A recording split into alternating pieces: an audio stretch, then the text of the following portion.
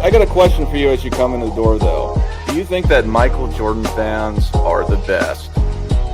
I'm a Michael Jordan fan. I'm a Kobe Bryant fan. I'm a LeBron James fan. I'm a fan of greats. So I can argue on every side of the coin on all of them. But do you think that Michael Jordan fans are the best? Are they the best?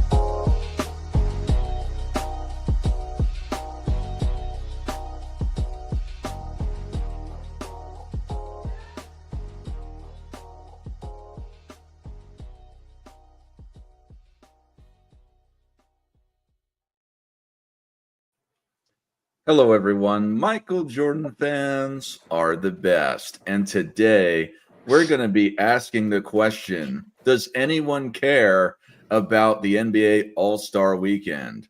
But first, before we get into that, let's welcome the panel. Robin, Sports and Fitness Rants, how are you today?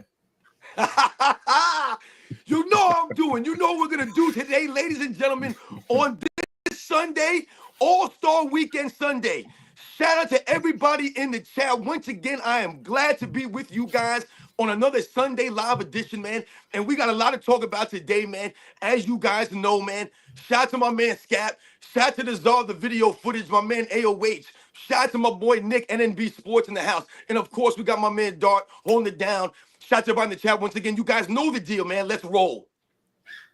We've got Jay Scap Attack. How are you, sir? Yo, what's up, Dart? I'm doing well. Robin, many thanks for the warm welcomes, guys. It's been a couple weeks since I've been with you. I've missed all of you guys on the panel. I've been pretty busy. I've missed all of you guys in the chat as well. Thank you guys so much for being here. I'm still not at home, but I'm here. I apologize if there's any audio issues or whatever, but I'm ready to chat. I'm ready to tear into this All-Star Weekend with all of you guys. Welcome to the panel. Let's get it on. We've got Angry Old Hoops fan with some fantastic hair today. How are you, sir? You revealed a secret earlier. What was that? Just my conditioner, and I really appreciate your compliments. I like the support. It's not easy to maintain how I look, but thank you, Dart. Always a pleasure to be here. All right. And then there's NNB Sports. How are you today, sir? Doing good. I got plenty of bad takes today, and I cannot wait to relinquish them onto the chat. So, all right. First, Robin, since you came in here first, why do people seem to not care about the All-Star Weekend, and do you care about the All-Star Weekend, and why? Well, listen, we all care about the All-Star Weekend. That's why we, quote-unquote, hate and complain about the All-Star Weekend, because we care about it. It mattered to us, and that's why we're upset now. But why doesn't, people, why do not they care, or why don't people really care anymore about it? Because the players don't care anymore about it. Once again, I've always told everybody out here, you guys know the deal, man. It's all on the players. They're the ones that have to go out there and give the effort. They got to put the show on. And that's what the All-Star Weekend was always about. It was about the best players in the league going out there and showcasing their talents. The key word being the best players in the league. So when we have these events like the Skills Challenge, when we have the events like the Slam Dunk Contest, when we have the events like the three-point competition, these are supposed to be the best players in those fields, the best players in the game. So when the players stop participating, or, quote unquote, the best players stop participating or caring about it, then that's when the fans started to not care about it or started to turn away from the All-Star Weekend and some of these competitions, man. And we're going to get into a lot of these things that I witnessed last night, because I'm going to tell you something right now, man. I'm on the edge right now. I'm on the edge with some of these guys and some of the things that I witnessed last night. I'm going to let some of these guys go ahead and say what they got to say, man, before I lose my voice in the first opening minutes here in the segment, man. Jay, what about you? Do you care about the All-Star Weekend, and why do people not care about it, and why? Well, yes, Dart, I care about the All-Star weekend. I was up, shameless plug here. I was up till the wee hours of the morning putting together my thoughts on what happened last night, what ensued in All-Star Saturday night. So you guys should definitely stay here and watch every second of this live stream. And after that, go check that out. But anyway, I care, Dart, in the same sense as people care when they're driving past a car accident. Like you don't want to look, you don't want to see it, but you can't help yourself. You cannot look away at it. It's just the perfect garbage thing that's happening right now in our NBA world. We all grew up, loving the NBA. We still love what the NBA used to be. I at least have hope for what the NBA might be again, but not as long as we have this humongous competition problem plaguing the NBA, not as long as we have disastrous leadership at the top. I care, Dart, because I just want to see how bad it gets. I think last year, honestly, might have been the worst I can imagine. 211 points for the Eastern Conference last year. They won the game by like 25, 30 points, whatever it was. Karl Anthony Towns had 50 points for the West off the bench while getting blown to pieces by the East. There were 97 three-point shot attempts last year by the East alone. There were 168 total three-point bombs last year in that game. Literally just a shooting contest. There was no defense, no opposition. It was so pathetic that even Adam Silver, who basically created this, Adam Silver has made this bed that he's laying in right now, and all of us with him. He was disgusted after the game. He said, East, you scored the most points. Congratulations, I guess. He was just so totally unenthusiastic. Pretty much what the entire fan base is right now. It's because these players don't care. These players aren't competitive like they used to be. We need to find a way to instill some kind of competition in it. And I don't think anyone's going to care about the game for the right reasons until that happens. So until that does happen, we could just all go ahead watching it to think about what kind of punchlines and jokes we're going to make about it, which is exactly what I'll be doing tonight to prepare for my thoughts tomorrow. AOH, what about you? Well, yeah, I care in the same morbid way. It's hard to just ignore All-Star Weekend entirely because of what All-Star Weekend has meant for so long. But I only watched the first couple of minutes Saturday or of the Rising Stars battle. When I saw them introducing people, and even the rookies and sophomores are injured and not willing to play, and when they're all carrying the ball like they're learning how to dribble, I got enough to make fun of it, and then I turned it off. But I want to get to talk first about the skills challenge, if you don't mind. Sure, we'll get to that segment next. Nick, what about you? So I'm gonna get flack for this, but so I haven't watched the All-Star game, the game itself. I haven't watched since Dirk had his going away year, and we watched him. If y'all remember, he had like 3 threes from like way beyond. Essentially, it was really fun. I hadn't watched before that in years. I haven't watched since, right? So the game itself, yes, I'm not a fan. I don't watch. I think Luka and Jokic last year forced them to do something else. Like, if you remember, it was like a total joke, right? Which it is, right? They were just having complete fun with it. They're doing the new format, which I will say that if you're going to experiment, now is the time. I come at the All-Star game purely from a spectator standpoint for the most part. I actually kind of like Friday and Saturday. It's very lighthearted. It's not serious. I like the celebrity aspect a little bit. The dunk contest and the three-point contest can be kind of hit or miss. They're changing it up, right? So it's kind of fun to watch. It's fun to see guys like Castle, have a good night or two, right, in a row, and he gets to have, in my opinion, he had a little bit of a coming out party in a way. He kind of had a moment for him. He did really well last 2 nights. So Friday, Saturday, I don't know. I don't like the pageantry of it all, but I like you brought up the skills contest, right? I just kind of laugh at that, right? I just kind of laugh, and maybe I'm coping in a bit, right? More than you guys are critiquing it, because it's not serious to me. So I kind of like Friday, Saturday. I haven't watched the game in a long time. I'm going to watch the new format tonight. I'm going to see what it looks like, see if it changes anything. I'm not too hopeful it will, but that's my take. I'm going to go the other way a little bit. I'm going to say Friday, Saturday, I'm not a hater of. Sunday, the game, I haven't been a fan in a while. So that's how I feel about that distinction, in my opinion. You've been busy protesting outside of Mavericks headquarters, haven't you? You came with some nonsense. I don't even want to talk. Right I don't now. even want to talk about the Luka trade. We thought you might have killed yourself. We haven't seen you in a while. I had some dark times. Don't get me wrong. Fuck, man. Came and said I ain't mad at it. Yeah, we talked about that this Wednesday. Fuck yeah. So yeah, you can get my thoughts on that. I hate it. I don't think so. I think you guys are right in respect that people care about it, but people don't care enough at the same time to watch it, or a lot of people, including myself.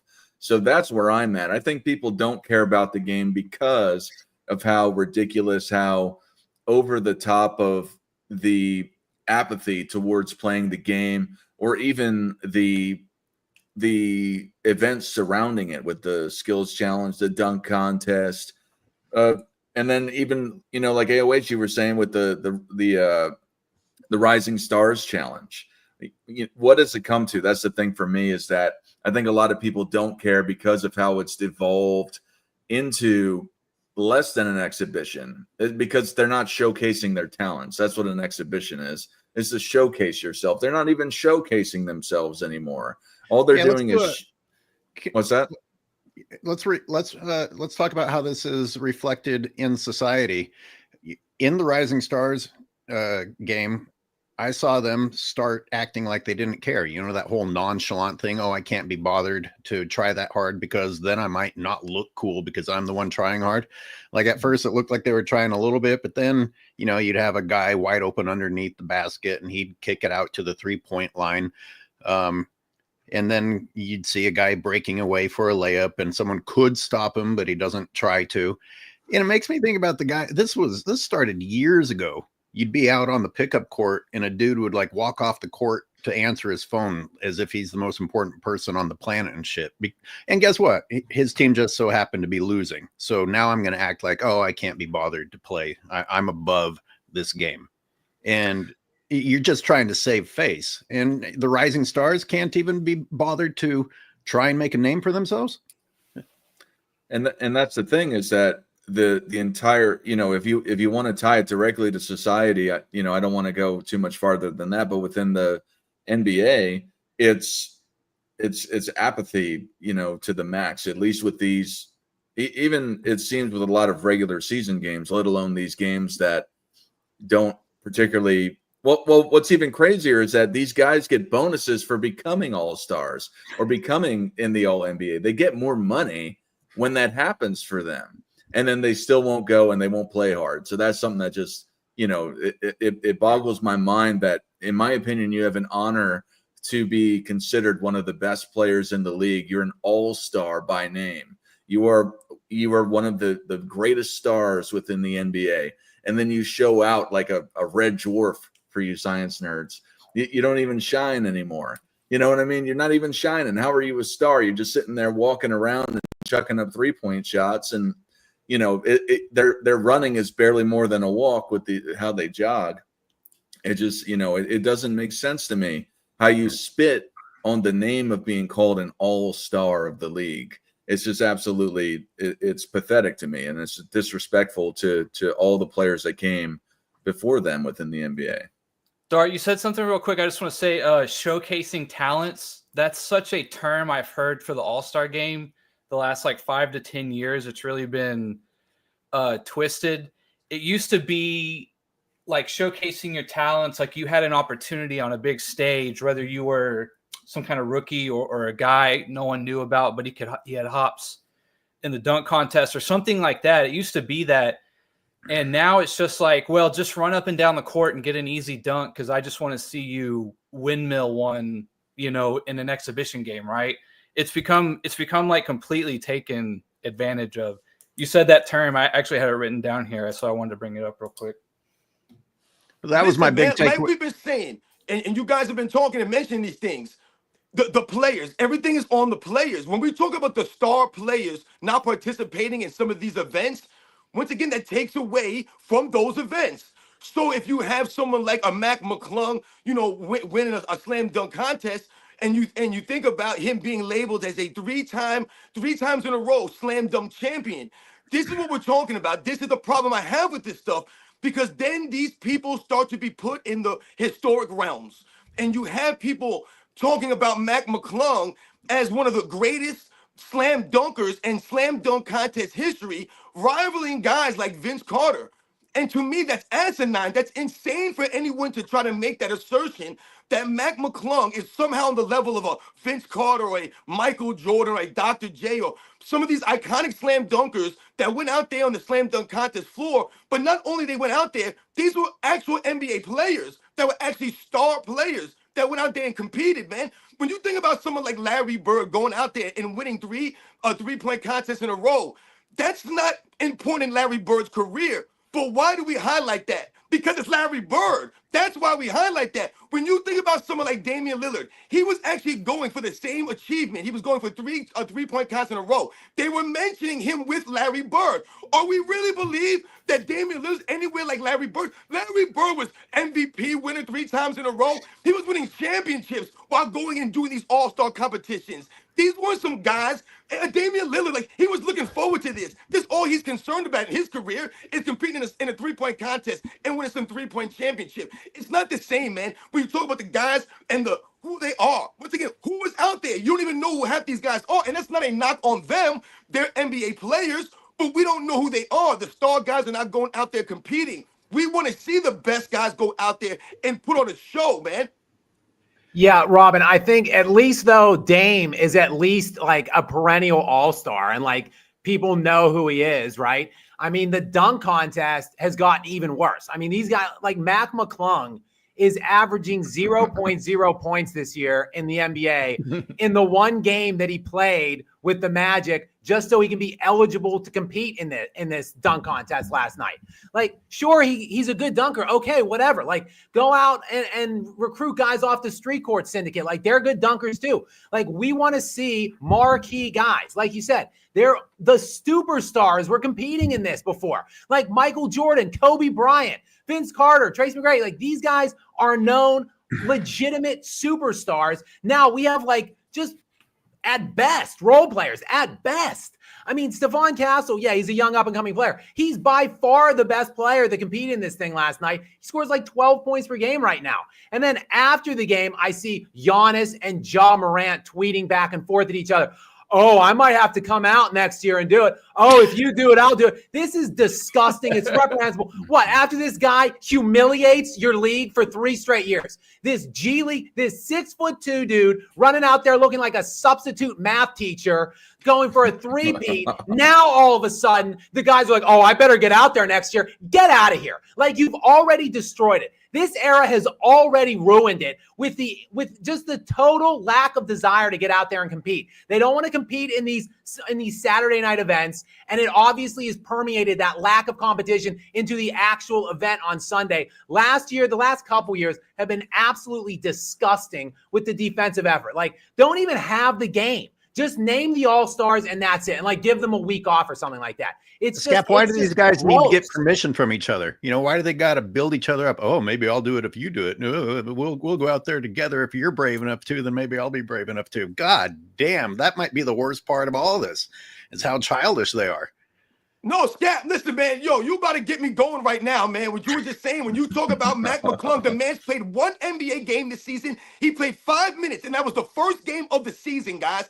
That's the only minutes he's played. He's played 5 games in his NBA career. Once again, this is no disrespect or knock on Mac McClung. I've never even sniffed the NBA. Much respect to him. But when you play 5 minutes in the NBA and you're winning and competing in slam dunk contests, and it's called the NBA Slam Dunk Contest, it's a slap in the face to the history of the slam dunk contest. Let's think about this now. When you go through the annals, when we talk about the record books and we talk about these things, people look at the record books and they're going to look at who were the great slam dunkers in NBA history. You're going to see Nate Robinson and Mac McClung. These are the guys with the most slam dunk titles in the history of the NBA. That's laughable. Laughable. I've seen guys like Aaron Gordon do dunks that no one else has been able to do. And he has no trophies to his name. And why is that? Because he was competing in a much greater slam dunk competition. Zach LaVine was doing some outstanding dunks. These guys had legit competitions, man. I think Aaron Gordon should have won at least one of those, but I wasn't a judge for the slam dunk contest.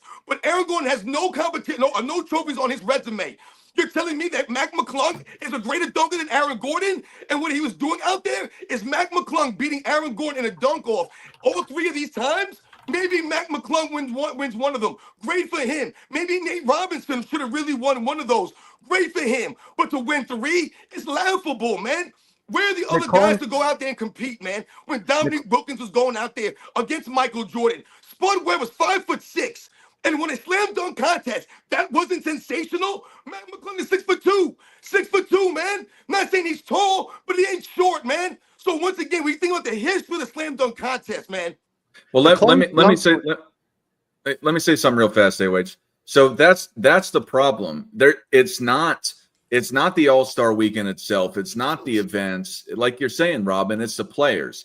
It's the league that's let the players just run all over any sort of organization or any sort of credibility of it. And they just go and they act like children that are just they're entitled, they're self-serving. And it's not to say that there's nothing natural to that if they let you do it. If you let a child do the same thing, they're going to act the same way. But at the same time, like in the comments, people are saying you should just get rid of All-Star Weekend. There's nothing wrong with All-Star Weekend. There's something wrong with the players. There's something wrong with the attitude and the mindset behind the players in the league, allowing them by enabling them through all these deals, all these incentives and otherwise to act this way. So I love All-Star Weekend. I don't like All-Star Weekend right now with the players that are here and how they act. So I just want to say something real quick. 2 seconds, guys. I'm sorry. I know I'm rambling, but I saw some people in the comments say something like Mac McClung had some great dunks. Yo, no doubt. Mac McClung had great dunks. What the point that I'm making, guys, everybody in the chat, is if Mac McClung would have won and did those dunks going against Anthony Edwards, Zion Williamson, and John Morant, let's say all four of those guys were in the competition and he beat those guys. That's a fire win for Mac McClung, yo. Big ups to him. Yeah, I was going to say real quick, so Scap, you were talking about how they should just get someone off the street to do the dunk contest. I've actually said this before, and I think my view of it's a little different, and that is kind of the only way is through, right? You ever heard of the ideology of accelerationism? The only way is through. And so I wonder, as someone said, to get rid of All-Star Weekend, I don't know about that, but the way they're changing the format of the game, does it go the way of the NFL? Do we just kind of get rid of the traditional game on Sunday? Do we open it up? Do we have like a horse competition? Do we do a little 1v1 to 5, like first to 5 or something like that? It would be, do we just go through with it? And when I say get someone off the street to dunk, it is to sort of throw it back in the face of the players, right? If you guys, and maybe someone can correct me, but I think LeBron was the first sort of odds-on favorite, right? The best dunker in the league who never even did it once, right? A lot of guys do it once, win it. Okay, you don't really owe us another one if you don't want it. But he never did it. He refused to do it. He said it wasn't worth it, essentially. Do we just go through the way of the NFL? And do we just make it a pure like punt, pass, and kick competition? And it's just all about laughs and giggles and just get rid of the traditional game on Sunday? I want to let AOH get in, but then I do want to respond to you, Nick. But AOH, good. I know you have a point. Okay, I'll rewind a little bit to my feelings last year in the All-Star game. I remember thinking, if all these guys are going to do is shoot 3-pointers, then you can pull people out of the stands that are watching that game and watch them shoot 3-pointers. We're not watching the best of the best compete against each other and show what they can do.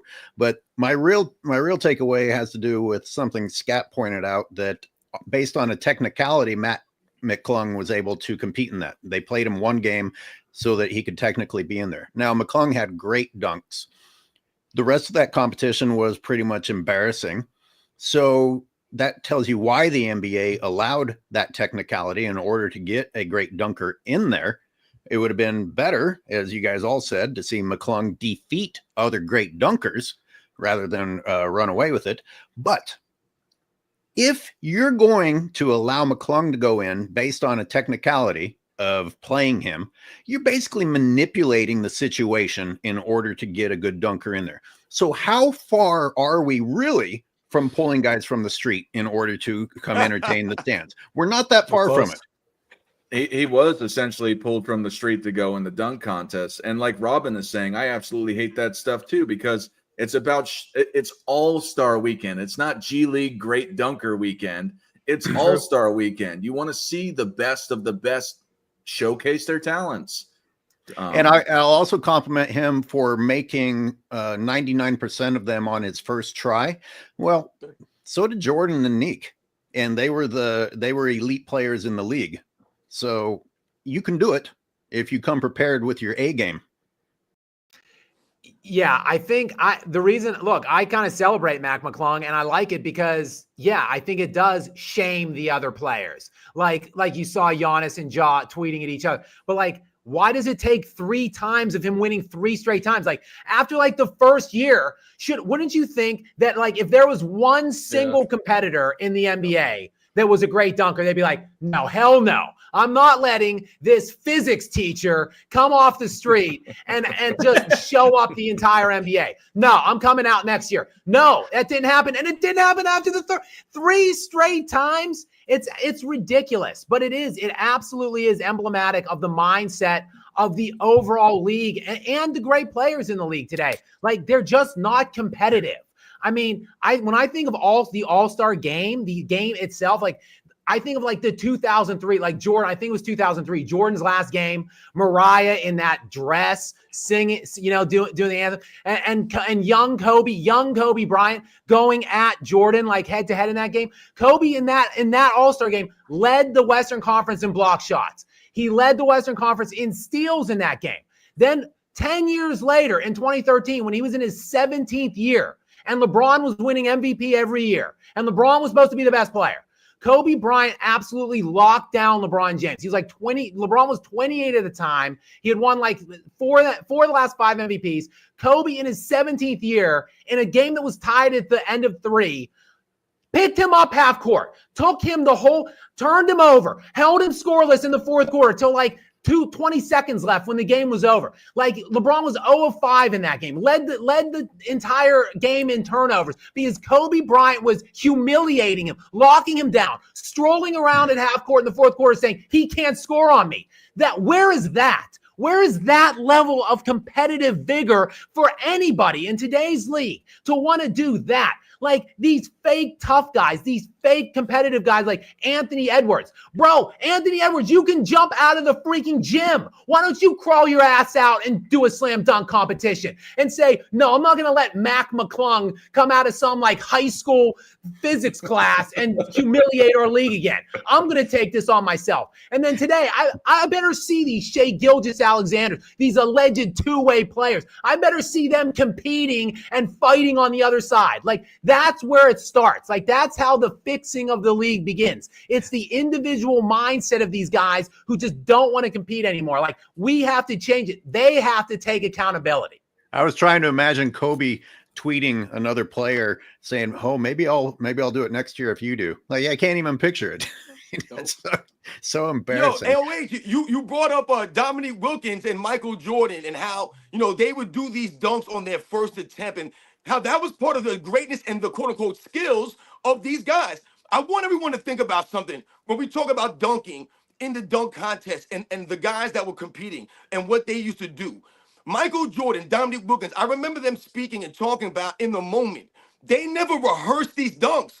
They never practiced these dunks, guys. They went out there in the moment and they let their creativity flow. They let that stuff just happen. That's what they did. Dominique Wilkins came out with something. Oh, damn, man. I got to respond to his two-hand windmill with the authority that he came with. What am I going to do? All right, man. I'm going to have to come from the free throw line on this guy. I'm going to have to do this. It was in the moment. So there was no opportunity. You're going to come out there and make those dunks in the moment. Matt McClung was being coached to jump over this car. He was practicing jumping over this car. And I'm not knocking that, man. That's a hard thing to do. You got to practice that. I get that. But what does that do? That turns it into a gimmick, more of a gimmick now, because you're adding all these props. I want people to think about something, what I'm talking about here. When you think about Michael Jordan, you think about Dominique Wilkins, we think about Clyde Drexler, Dr. J, Sean Kemp, some of these guys that you remember, Kobe Bryant, Tracy McGrady, Vince Carter, the great elite dunkers. Not only were they doing these crazy dunks in these contests, but they were able to do those same level of dunks in games.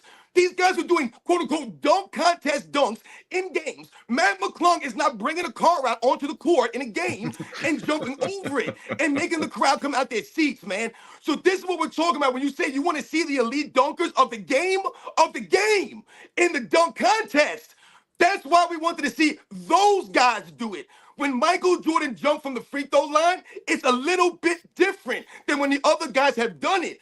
Are you going to have a poster that's going to be as iconic of Matt McClung jumping over the car in the dunk contest or Michael Jordan from the free throw line? What's going to be more iconic 20, 30, 40, 50 years from now, guys? Those are the facts. Yeah, I was actually debating that with myself because I was thinking about how the guys didn't use props back in the day. But the guys that use the props today are still doing some pretty impressive stuff. Yeah, I can't deny. Airways word. But where do you value the purity of just this is the type of dunk I can do? I don't need to bring out the props and I can still wow you. I mean, Dominique, just like the thunder of the delivery made me cringe. I'm like, God damn. And he was not jumping over anybody, but that dunk was still in its own right shockingly impressive. So I guess it's a taste thing. Do you want to see the pure dunk, or do you want to see a gimmick dunk? Absolutely. Let's get some through some of these super chats. Big J 52 says all-star panel, stop the narratives. Thank you, Big J 52. Again, for the 500,000th time, please state who you're super chatting it to. That way we know who it's going to. But thank you, Big J 52 for whoever you super chatted that to. Uncle Rico's Revenge. True grit, professionalism died with Kobe. Rest in peace. Good name. I think this is for AOH because he's the only one linked to it. But you have anything to say about it, AOH? Well, I guess I have to agree. I wasn't even a big Kobe fan, but like I've said many times on here, the way the league is now, I actually look back and appreciate Kobe more. I never knew that competitiveness was just going to go away.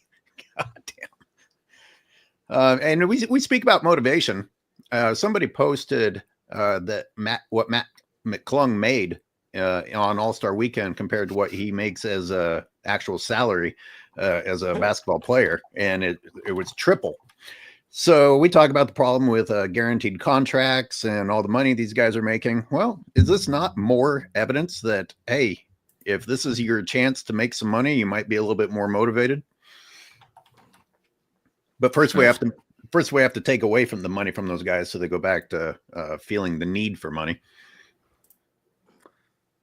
This question is directed towards Scap, I believe, or Skip in this comment. How would you fix All-Star Weekend? By the way, love the channel, Scap. Always watching when I'm doing homework. Thank you so much for the support, Giuseppe. I appreciate you. How would I fix it? It's hard. How do you infuse competitiveness into a player, into a generation? Like Kobe just had it. Like he just wanted, he just elevated to those kinds of moments and situations. But since these players really only care about, their celebrities, their brands, their monies, I think it would be kind of cool to make it maybe like a 3-on-3 tournament or something like that. So maybe they're moving in the right direction. But here's the twist. The players have to put up a certain amount of money to be in it. So they're voted an all-star. Yeah, baby. All right, they're voted an all-star. If you don't want to participate, if you want to be a punk and pass out on the game and say, oh, thank you, but I'll pass on the opportunity to be listed as an all-star, I don't want to be part of it, then fine. Then they'll pick some substitute. But if you accept the designation, you put up like a good amount of money. Like let's say like $3, $4, $5 million per player to be a part of the game. And that entire pot goes to the winning team, the 3-man team. That would probably get these guys juiced up. It would look like Hunger Games out there. It'd be like white men can't jump in that 2-on-2 tournament. They'd be like, Silver would be getting the check and trying to rush them off the court and shit. That's Lord the kind of of the thing Flies type stuff. That's the vibes we're going for. That is how I would fix this, because you got to hit them where they hurt, obviously, which is their pocket, the money, their pocketbooks, like their bank accounts. Like they obviously don't have the pride that inherently many of these other players we saw in previous eras and generations had. So you just have to incentivize them monetarily, I suppose. So let's really do it. Let's not just give the winning team $100,000 and the losing team $50,000. No. Your own money, a good amount of money, and then you have to hand your money over when some other team out competes you. Like, that's what I think that would be a cool way to see it. Who knows if they would actually accept doing it? I doubt it. Yeah, I mean, if you deny going, you have to add to the pot too. There's no way of getting around it if you're one of the better players. Will in super chats for $2. Says, anybody else miss the traditional East versus West? I think it should have stayed that way the entire time, because you can't help who's on your team in the first place. So all this picking of teams, and I know they're trying to fix it. I get why they're doing it, but there was nothing, again, I already said it, there's nothing wrong with it in the first place. It's the players. That's the problem. Guys, I would like to revisit. Hold on. I'd like to revisit my little 3-on-3 idea where the players are putting money up. I think, look, these players love to team up. They love to collude and like whisper and like crawl on their hands and knees to each other's teams, so they can set their own rosters. Like, they can go around and be like, hey, yo, you want to run with me? You want to be on my 3-on-3 team? Like, they can amass their own squads and figure. And I think this would be. I think Scap Attack's onto something here, guys. I think Commissioner Scap might be onto something here to fix All-Star Weekend. I'm just saying. I would love to see like a mega game of horse as well. Like, maybe you play pig the first like 3 rounds and you go to horse. And do y'all remember the game Knockout? Or now we're getting crazy now. Yeah, we could do a game of Knockout. That'd be hilarious as well. Well, you know what? Gimmick the hell out of it. Well, you know what was something that used to be a part of the All-Star game, which citing Rex by it, they used to have an old timers game where retired players used to play each other on All-Star Weekend. Yeah, that'd be awesome. I had no idea. But that's it had more action than today's Real Stars. Old guys would be playing with more hustle and effort than these guys are playing with, man. They did. Yeah. LeBron would play on both teams. Yeah. Rise Above Anything super chats for $1.99 says All-Star Game is a joke. Shake my head, uncompetitive. Yeah, absolutely. Yeah, 100%. It used to be like a competitive exhibition, and then it was, wait till the fourth quarter. Then in the fourth quarter, they're going to turn it up. That used to be the thing, and now it's just a total shoot around. I'm telling you, man, I was watching like the 92 All-Star game or whatever it was, and they had 3 shot clock violations in the first quarter. Shot clock violations. What does that show you? At highlight, these guys were playing defense to the level that there was a shot clock violation in the damn All-Star game. They were calling travels. I watched every minute of last year's All-Star game. I always say that, man. I did it on purpose. I had to do it, man. So like Scott was saying, you have to do these. You have to sacrifice so you can report on this stuff. But anyway, I think there was maybe 2 fouls called, if I remember correctly, in the whole entire game. 2 fouls called in the entire game. 2 fouls. That's insane. I want everybody to also remember, after the game, they presented Damian Lillard with the All-Star Game MVP trophy. This was in Indiana. They booed that man. They booed him when he came up to receive the MVP. I watched it. They booed him, guys. And you know why they booed him? Because if you watched that game like I did, then what did you see? Damian Lillard went out there and stole that MVP from Tyrese Halliburton, who's the hometown Indiana favorite. If you watch, this man, Damian Lillard, was taking threes from the bench. He took, I think, 23 or 25 threes in that game last year. It was an absolute embarrassment, man, what he did, and they booed that man. The elephant in the room is replacing the All-Star game with USA versus the world. That would be pretty interesting. Well, they kind of have that already, right? Or they did, where it was wasn't it the Rising Star, or it was the Rising Stars versus the world? Didn't they have that at a time? Is that still a thing? I don't even know. That's how much I care. They did a different format. They're kind of doing it this year though, because Chuck drafted basically all international players for tonight's little 4-team rotation, whatever the hell it's going to turn into. So Chuck has all internationals, but who knows? I mean, I don't know. Like Robin said, I'm going to watch on in morbid curiosity. Like I did last night, and unfortunately take the bullet so I could talk about it to all of you guys. Speaking of which, Dart, I don't want to step on your toes here, but I see this super thanks here from Bands Nabs. Just want to thank them, whoever that went to. Thank you so much for watching here. But they mentioned Paul and Wembanyama. And we didn't even mention that, guys. Hey, I've been waiting. You wanted to talk about that. I've got a monologue on that. I was trying to transition. I was waiting for you to finish, Cap, and I was going to transition to hand it over to AOH. but hand it over to AOH since you brought it up. All right. First and foremost, when I saw that Draymond Green was going to be in the skills competition, I was like, I didn't know that mouth breathing was a skill in the NBA to be proud of. But Dart has it recorded. Again, it's gimmicks. It's like, okay, wait a minute. What are they trying to fool us into watching just out of morbid curiosity? Because we're clearly not going to be watching the most skilled guys in the league if this is happening, such as pairing big men with point guards. Look, Wemby is what he can do at his height is pretty interesting. Is he better than other point guards in the league? Does he have more skill than other point guards in the league? No. But I saw that they got disqualified, and then I watched it, and they went first, and I saw what they did, just throwing the ball on the ground. And then I saw and I said, yeah, that's messed up. That's stupid. You should be disqualified. But then I watched the rest of the guys go, and I'm like, well, they were shooting it, and it wasn't that much worse because there was no requirement to make the shot. I mean, how do you make a rule in a skills challenge not require you to make a shot? If the rules tell me you don't have to make the shot, right or wrong, a part of my brain is going to say, how can I manipulate this? Now, I'm not saying you should, but they open the door for someone to say, well, wait a minute. If I don't have to make the shot, what exactly do I have to do? And again, I'm not justifying Chris Paul. We as the fans want to watch people make shots because that's a sign of how skilled you are, right? Hang on, AOH. But before I give, I'm not gonna monopolize. I want to give a take on this, but I want to let you guys answer first. But for those of you who might not have seen it live or whatever, or didn't see it happen, like I watched that whole thing from start to finish live, and I was like, I don't tune into these things hoping to hate it or expecting to be disappointed.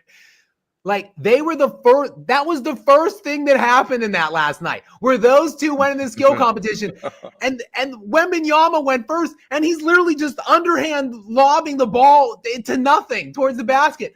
There was so much confusion in the arena initially. They're like, what the hell is going on here? And like Reggie Miller's like, they found a loophole. Oh, this is pretty clever. They don't actually have to make the shots. Let's see if other players adopt this. And like, Chris Paul then goes second and he does the same thing. And they're like dapping each other up and shit after. Like Chris Paul was like pretty impressed with himself and the strategy. And like the whole arena was booing them. They then get DQ'd basically on the spot get DQ'd. Chris Paul sitting there arguing for like 10 minutes. They have some NBA representative come over with the actual freaking rules book and to describe why they were DQ'd. Then Chris Paul refused to address media after it. Like he threw Wembanyama out to the Wolves, and Wemby's sitting there answering, falling on the grenade. It was insane. It was so surreal. And that led the night. Like that set the stage. It was insane. Well, Scap, you touched on the second piece of my monologue on this is I thought as an old school fan, I want to see the guys actually try to make the shots. I don't want a loophole that says they don't have to make the shot. And then I thought today's fans who have adopted that guys flop, that people try to draw fouls, that people carry the ball, maybe they would actually applaud finding a loophole. I mean, that's maybe how different things are. I mean, it's a great point. Like they used to have to make the shot, right? Like remember back when this rise or this whatever skills competition, it was like 3-4 players, like a WNBA player was involved, a former NBA great, and then a current existing all-star. And like they had to make the shots. Like, why do you not have to make the shots? That is a great freaking point. Like it's a skills competition. Like, but if you don't have to make the shot, could you at least pretend? Wembanyama and Chris Paul, could you pretend? Could you do a shooting motion? Like you could have done a Russ Curry shooting motion that at least looked like a jump shot. Like you're making an embarrassment of it. That's part 3 of my monologue. Now, do you blatantly show the world that you found a loophole and just roll it on the ground the way they did, or do you commend them for faking their loophole a little bit more? Because hey, would it have taken you that much more time to chuck the ball at the rim in rapid succession? And then you could technically say, hey man, we were trying, but then that's dishonest on another level. Which one's worse? That they just said, hey, look, we figured out the flaw in your system and just threw the balls on the ground, or pretend that they didn't find the flaw in the system and still take advantage of how stupid the rules were. And my last thing is that obstacle course did not look very challenging at all.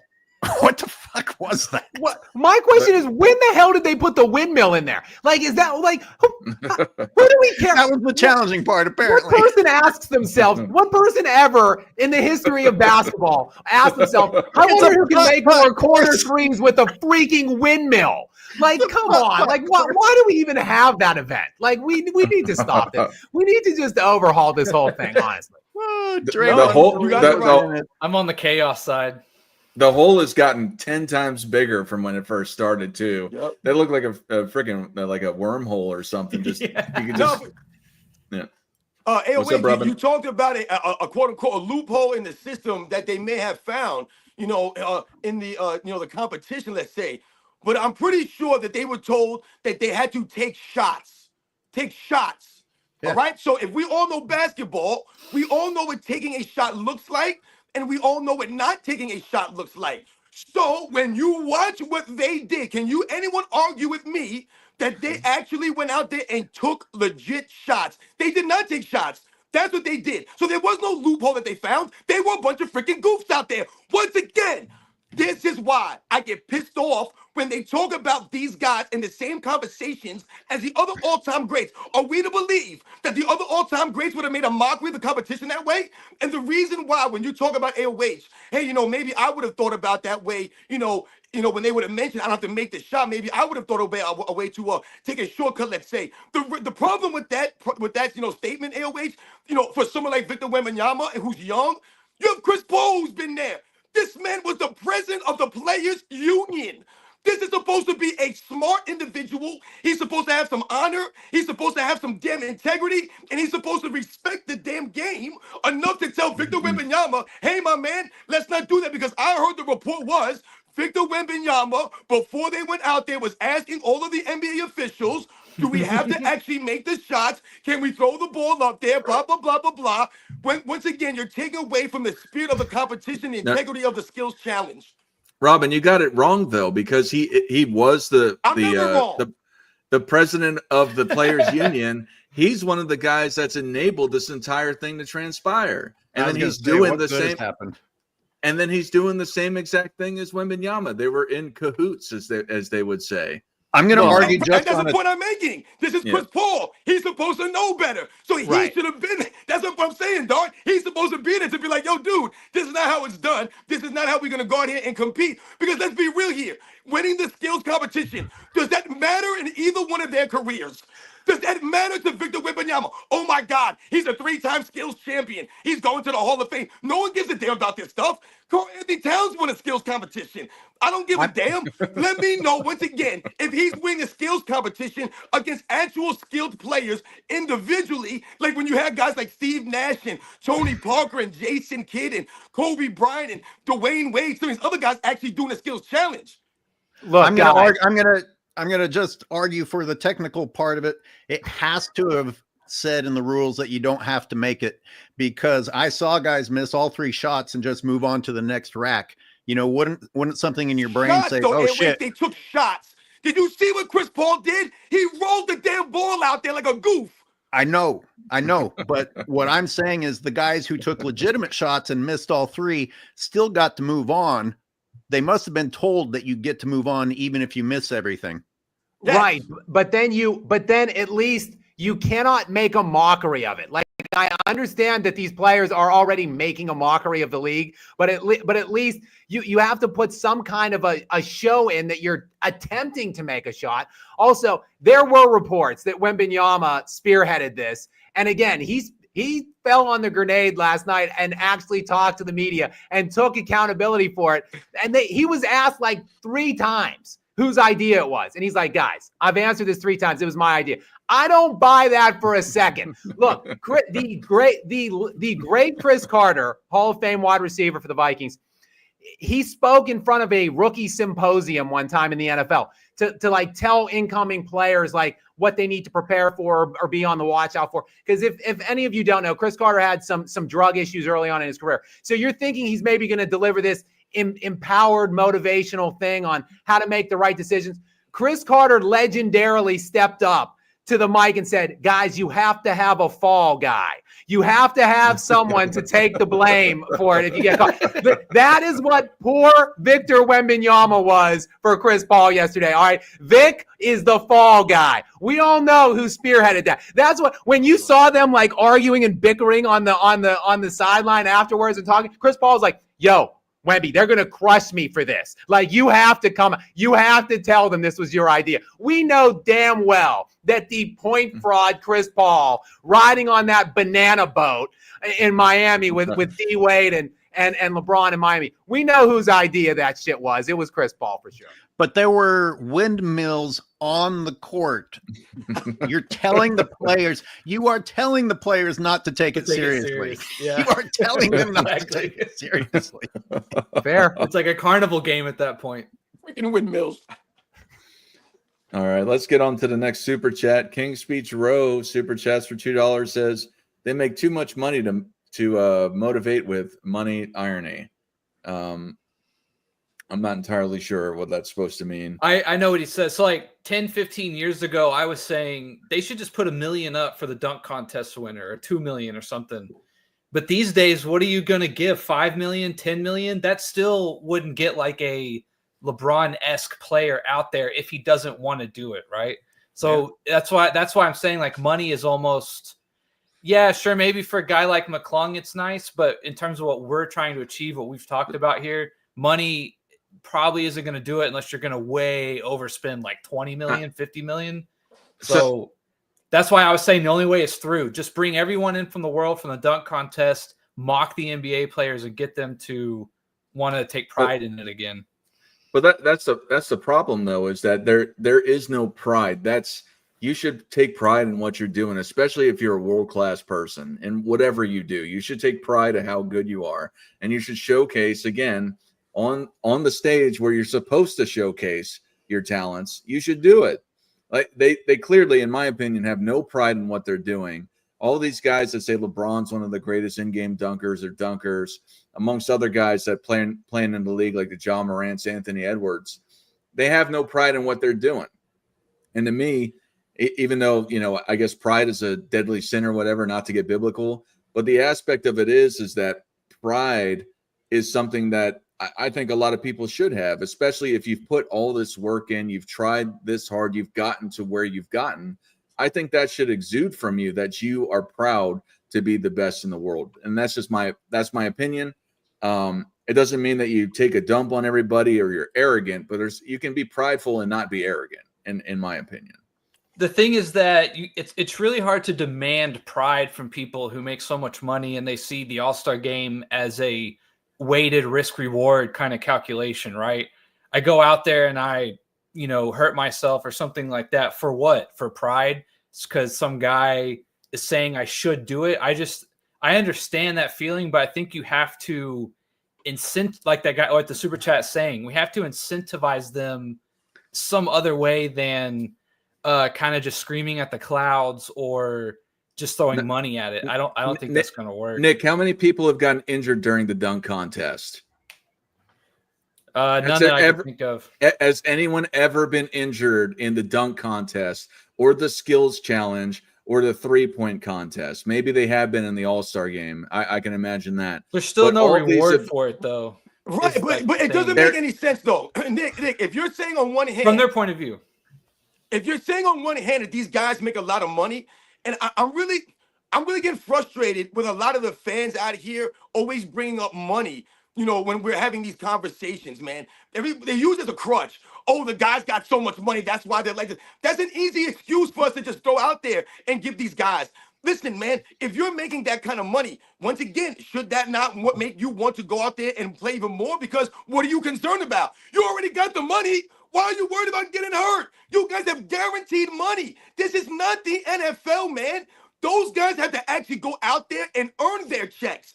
These guys don't. So what are we concerned about? Guys don't want to get hurt. No, guys don't want to get embarrassed out there. That's the problem for someone like LeBron James. If we bring it back to LeBron James here, just for all the haters out there, the people who love to talk about me and my channel, let's bring it all back to LeBron James. The reason that LeBron James never went out there had nothing to do with money, had nothing to do about getting hurt. He did not want to go out there and lose the slam dunk contest because he knows deep down, he had no creativity like the other all-time great dunkers. So what we would have been looking for him to do out there creativity-wise, he wouldn't have been able to capture the imagination of the Kobe Bryants and the Michael Jordans, the Dr. J's, and follow that lineage. That's a lot of pressure on LeBron James, was it not? That would have been a lot of pressure on him to go on that stage. And once again, he folded up by never going out there. And why do we highlight that? Because LeBron James actually competed in the skills challenge. A lot of people don't realize that. They have no idea he competed in the skills challenge, LeBron James. So you had enough in you to go out there and compete in the skills challenge, but not enough to go out there in the slam dunk contest and put it all on the line and be a true competitor. We would have respected LeBron James a hell of a lot more if he would have went out there, did a couple of BS dunks, or tried to do something flashy and lost the dunk contest. No shame in that, man. Clyde Drexler never won a slam dunk contest. He went out there several years and lost, and he's still one of the elite all-time great dunkers in the history of the game, man. So once again, you don't have to win these contests to be considered great. You have to compete. I agree with that emotionally. I just think if I was at the top, I just think, what would I do to motivate these guys? I agree with the sentiment. But wouldn't that build your brand more if you won? And I also think the human psyche can go the other way sometimes. Like when you get a big fat contract, a lot of guys just fade away. Like the bag, we've got the bag, you know, like Ben Simmons in a way. I mean, it does happen the other way as well. It's unfortunate, real quick. I just want to make a quick point. It's unfortunate that we're here, and it is again, because of the individual players. It just is. So like all of the people out there, look, my channel is primarily negative with today's era, and I want to like it. I want to like the NBA. Like I grew up in the 90s. I love the 90s. I love the 2000s too, though. Like I thought the 2000s up until like 2010, 2011, when the decision happened, was amazing basketball as well. Like I wanted to get good, but like the players have to take accountability. They have to take ownership. Why do me and everyone on this panel, why are we so critical of today's players, of today's generation? Because it's on them. Like they have to do it. Nick, what kind of incentive did Kobe Bryant was in his 17th year in 2013. He's a 5-time champion. He's worth $500 million. What incentive did Kobe have to go out in the fourth quarter of that game and say, LeBron, you're not scoring on me because you're a punk? That's why. Because I own you. Because I'm better than you. Because it's a joke that people are putting you above me. I truly believe Kobe felt that, believed it until his dying day. I really do believe that. And he wanted to go out and prove it even in his 17th year. And he did. Like, where is that mentality and drive? There was no incentive for him other than his pride, his willingness, his desire to do it. Like, these players have to find out. I don't know how to incentivize them. Figure it out, guys. Like, channel it and fix your sport. Fix your league.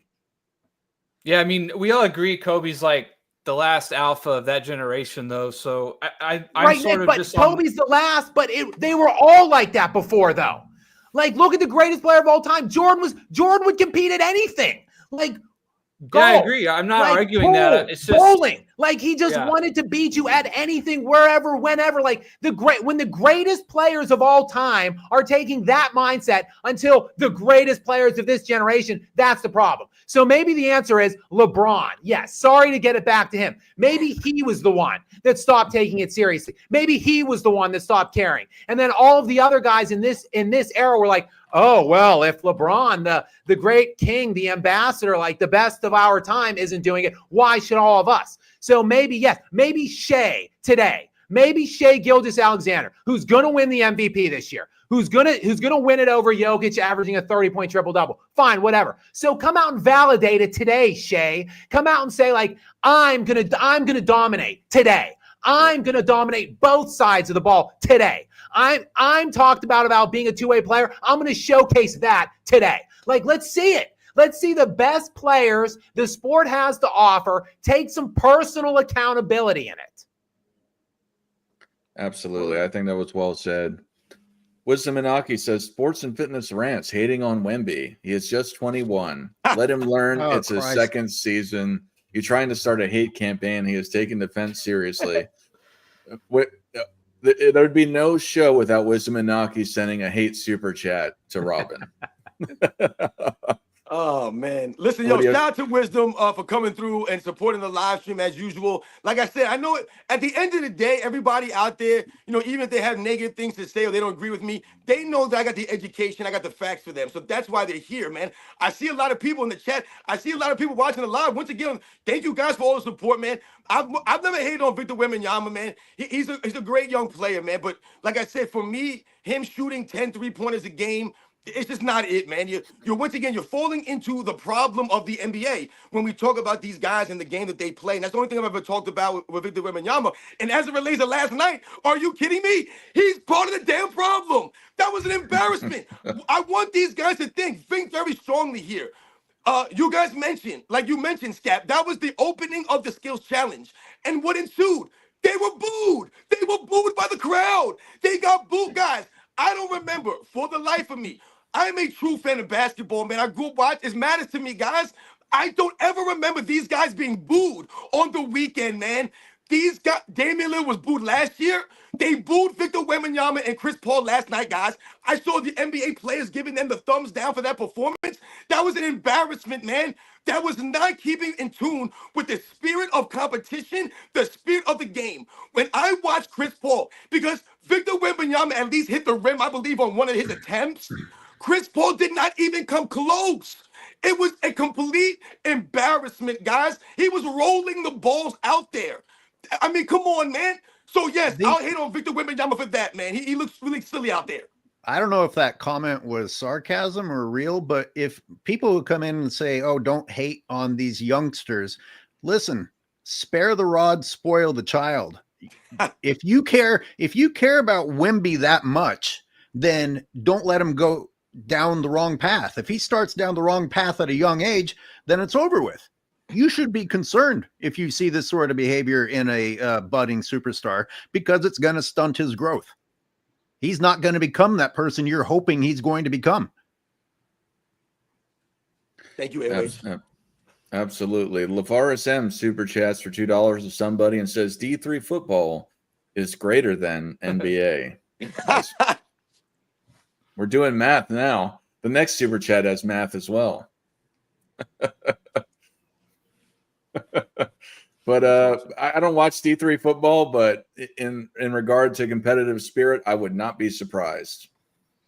I mean, the NFL better watch out, because they're traversing down a slippery slope that the NBA has kind of laid the blueprint to of how to destroy your league. Like, the NFL is disincentivizing defense. They're coddling and protecting the offensive side of the ball. They're inflating scores and stats and everything like that. So, I mean, look, this is how it all began in the NBA. So be careful, NFL. Like cherish your defenders. Allow your players on that side of the ball to actually play. Yeah. All right. Super chat from Roger Hurt. A lot of math going on here. I'm guessing it's to select the All-Stars. Top 20 PER or plus minus equal to All-Stars, but fans can vote players out. Would Mhm. LBJ or KD be voted out? 3 points equals top 4% with minimum threshold. Dunk equals 4 highest in game fast break dunkers. All-star charities get prize money. We're going to need Matt McClung. Matt McClung to come in from the classroom and break down, analyze this super. I'm sorry. That joke is ruined by the fact that Matt McClung looks like he's a special needs kid. Ah! That's no physicist right there. That's no physicist. I like the point there about voting out players because I made a video and I talked about the roster of the NBA All-Star game being the problem with the NBA All-Star game before they making these changes and all this stuff. But they have some of these guys that are there, James Harden. Like, how the hell is James Harden an All-Star? Norman Powell, to me, for what I've seen, has been the best player, the most consistent player on the Los Angeles Clippers, man. Yeah, he don't have the name, he don't have the fame of James Harden, but he's been the best player on the team. How the hell he on the All-Star team, but James Harden is? Steph Curry, to me, Steph Curry's an All-Star this season. That's no knock on him, man. All-time great player, first ballot Hall of Famer. Love Steph Curry, man. Not an All-Star this season, man. LeBron James, he's not an All-Star this year, guys. LeBron James is not an All-Star this season. The man was being carried by Anthony Davis. How are you negative 100 whatever? You're an All-Star. No, but he's voted in by some of these idiot LeBron James fans. So, yeah, I think the idea of voting some of these fools out of here that have run their court. Remember, these are the guys that allowed the All-Star game to go downhill. Yeah, I've always thought that Kevin Durant, the starting five for each side should be voted on by maybe like players and writers. I know that sounds backwards to take it out of the fans' hands, but I feel like it should be voted on like a more not like a celebrity contest, which is what it's kind of turned into, and then let the fans pick players 6 through 12 or whatever it is. Lavaris M super chats for $2 says remove zone defense and bring back hand checking. I think they should keep zone defense, but I think they should bring back hand checking, or not that it. So technically, it's been illegal essentially the entirety of NBA history. I think I looked into it. I think it was made illegal officially in the 70s. But essentially it's not really, it's been illegal the entire time. They just let it happen. But I think they should keep zone defense and let hand checking come back to how it was before. But that's just how you should be able to run whatever defense you want. I've never understood that. I know that sounds silly, but yeah.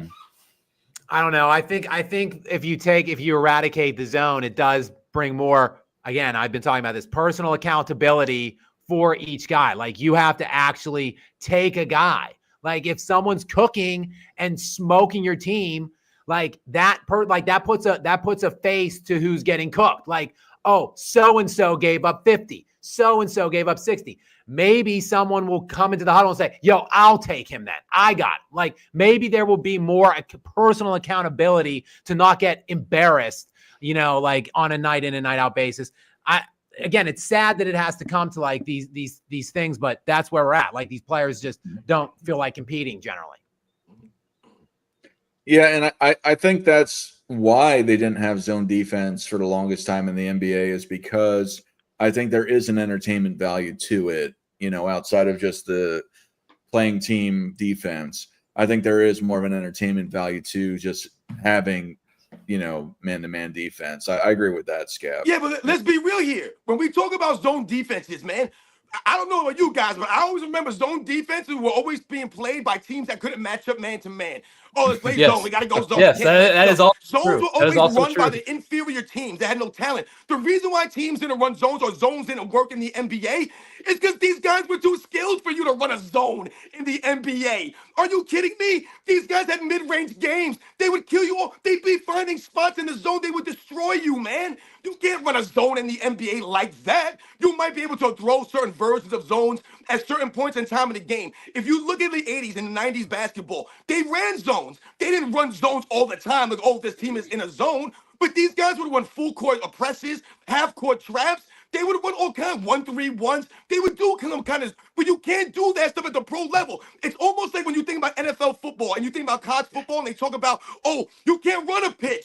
You can't run the option in the NFL. Why? Because the quarterbacks back in the day would get slayed. You can't run an option in the NFL. You can only do that in college football. Now you can see they can do that a little bit. Why? Because the NFL has become a softer version of itself. Like you mentioned, Scap, they've taken all the power away from the defenders in the NFL. These guys can't touch the quarterback. When I grew up watching the NFL, it was dangerous to run an option. If the quarterback left the pocket, this man was going to be risking his life out there. And I'm not lying about that, guys. You could get seriously hurt back in them days.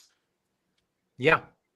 I mean, it used to be if you went across the middle as a wide receiver, like that's a risk to your like personal well-being. Like people, guys would get like decapitated in the 90s, like when they're going across the middle in the 80s and 70s. Like now, like you can't come anywhere close to someone's head in any capacity, or it's an automatic first down, 15-yard penalty. So it's like, so people aren't even hitting anymore most of the time. Like I've seen multiple times ball carriers just break out of tackles because the defender's afraid of what kind of a penalty they might be getting if they too aggressively take them to the ground. Like it's ridiculous. So the NFL is, I think they're trying to catch up to the NBA in destroying their own sport. And listen, I like the NFL. I'm not knocking the NFL. I was highlighting a difference in the games as relation to the NBA and some of the things that, you might be able to do now. And you talk about correcting the problems with the NBA. You guys hit it right on the head. There's a bunch of different things. Like I said, if you start officiating these guys and calling the travels and the carries, that would also help the game. Uncle Rico's Revenge super chats for $1.99. He says, how could Braun be greater than Kobe when he didn't surpass Duncan? I mean, I've already debated on the show that I don't think that even Kobe's better than Duncan, 1 on 18. However, in respect to the better argument, yeah, I don't think that Braun is better than Duncan. And I differentiate between greater and better. I think there's an argument that LeBron James is greater than Tim Duncan. But I don't think he's better. And I don't think he's better than Kobe either. I mean, I have Kobe and Duncan in my top 5. LeBron is not in my top 5, so I don't have him above either player. Yeah, absolutely not. I don't have him above either of them either, in case anyone's wondering. Donnie T super chats. He says, this is the generation of hacks and glitches. They don't try, for $2. Thank you, Donnie guys. T. Thank you, guys. I just want to thank everybody who's sending the super chats or super thanks or whatever. Just thank you guys for your support and watching and coming here and commenting and stuff. Appreciate you guys. Aja Morris for $5 says, Uncut did a great video on All-Star Weekend with old clips of the players actually playing with defense, fundamentals, and efforts. That's all we want. I agree. I think that's well said. I think that's what we want to see, and that's the purpose of the All-Star Weekend. So, and the All-Star game in particular. So, yeah, I think that's as succinct as could be said outside of the first part. But I'm glad Uncut did a great video on it. Do you guys know the actual format? Like, what the whole deal is for this All-Star game? I know that what they're supposed to, the first to 40 points. There's 4 teams. 2 teams will play each other, first to 40 in each game, and then the winners will play each other. I don't know if the championship game is to 40 or if it's just a regular game. Hang on, let me squeeze in here real quick, because there were 24 All-Stars selected. 8 were picked. So 3 teams of 8 were picked by Kenny, Charles, and Chuck. And the 4th team, you might be wondering, well, that came from the Rising Stars Challenge that was played out on Friday night. And the winner of that team becomes the 4th team today. And guess who, coincidentally, gets that weaker, lesser team?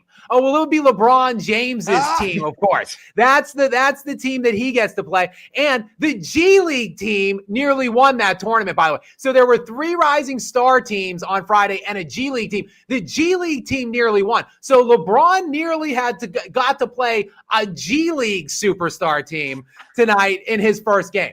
So that's Adam Silver at his absolute best, just ferrying LeBron James into the final game tonight in the All-Star game. Wow. What is the final game format?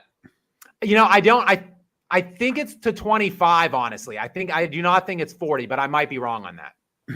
I do like the first to 40 thing, I think it addresses some of the problems we talk about, right? Like there will be, I am hoping, well, they won't praying score to 211 basketball points. gods, there will be an urgency to get there and win. I'm hoping. I'm pulling for Castle and the Rising Stars team to do something. Well, Are they they'll counting all by get hurt if you one? make Is them this play to free 30. throw rules? What? Nope, just win by the first to 40. So it could be win First by to 1. 40, It's like yeah. not win by Well, 2. counted by twos and threes? Oh, that's Straight another up. good question. Oh, I think it's I'd imagine 2s and 3s. I think it's 2s and 3s. Yeah. Hey, let's pretend that we're still watching people that compete, and imagine that it would be a competitive game. Whose rosters, with that in mind, pretending that they're actually going to compete with each other, do you actually like the best? I think I like Chuck's roster. Definitely. I like the Chuck's got like he's the got the international. international guys. He's got Giannis, Jokic, and SGA on his team. I mean, you can make a viable case. Those are the 3 best players alive there on one team. So, I mean, Shaq's got the names that are promoted, but not really guys who are going to get you the win. I mean, Curry pulls miracles. I'm not going to dismiss Curry, as much hate as he gets on this channel. And whatever he's guilty of, you don't put him and LeBron in the same sentence. That's not okay. Listen, wait. Is Steph Curry a legit all-star this year, man? He ain't no all-star, man. The Golden State Warriors have been, riding mediocrity all season. And I can say LeBron James is not an all-star either. I'm not saying that. Listen, I would rather Steph Curry be out there because he has, you said, he can go out there and put on a show.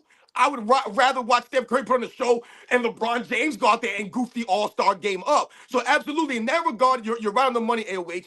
But, to me, guys like James Harden, LeBron James, Kevin Durant, Steph Curry, they've run their course, in my opinion. And the reason why I say that is because when we think about some of the great all-star players and they were at the end of their careers and they made the all-star team based off popularity, let's say. The reason why they made the team based on popularity is because they were respected all-time greats that were in tradition that kept the all-star game afloat. So you didn't mind having them in the all-star game. They were voted in there. You want to see them keep uplifting the sport. These guys have been on the all-star team the last 10, 15 years, these guys, man. And what do we see? The all-star game become a mockery. That's happened with Steph Curry out there, with LeBron James out there, James Harden out there, Kevin Durant out there, man. It's time for these guys to go get some of the other guys. Let them goof it up. Let's see what they do. Yeah. Do you guys remember real quick? It was probably like 10 years ago. It was when Steph was in his prime. Giannis Antetokounmpo got on a fast break, and Steph Curry was the only guy back, and he laid down on the court. He physically, literally laid down like in a body bag and let Giannis run over him and dunk over him. Like that's what we're talking about here. I forgot about that. Yeah. Okay, so let me read Shaq's OGs. Kevin Durant is on there. He shouldn't be an all-star this year, right? No. James Harden shouldn't be an all-star this year. He's on there. LeBron James shouldn't be an all-star. And again, we have to remember that all-stars are voted in by fans and the media, not by how they play. But we're all talking about how they play, right? Okay, so Anthony Davis is injured. Maybe he shouldn't be on there. Jaylen Brown and Jason Tatum, I don't even know what to say about them, or Damian Lillard. Damian Lillard is sometimes... Damian Lillard, he shouldn't be on there. He's on there. Now listen to Damian Chuck. Lillard's on there. Listen to Chuck's team.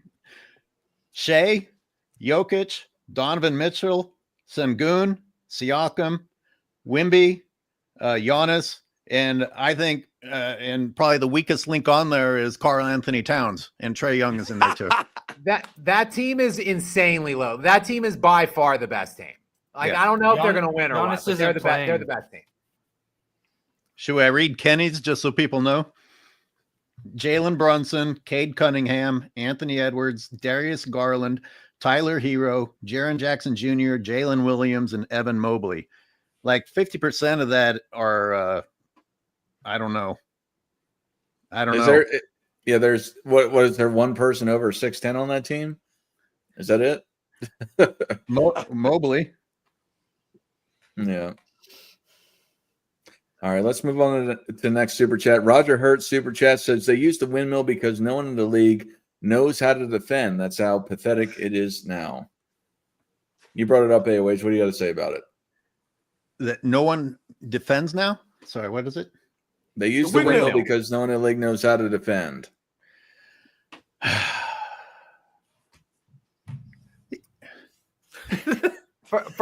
First thing I thought of when I saw that windmill was the Billy Madison putt scene where the windmill keeps rejecting his ball. That's honestly that's the first thing that came to mind. I would have done right. You got the windmill, right? There's 4 of them. You should have put 4 like jumbo stickers of like bad defenders in the NBA.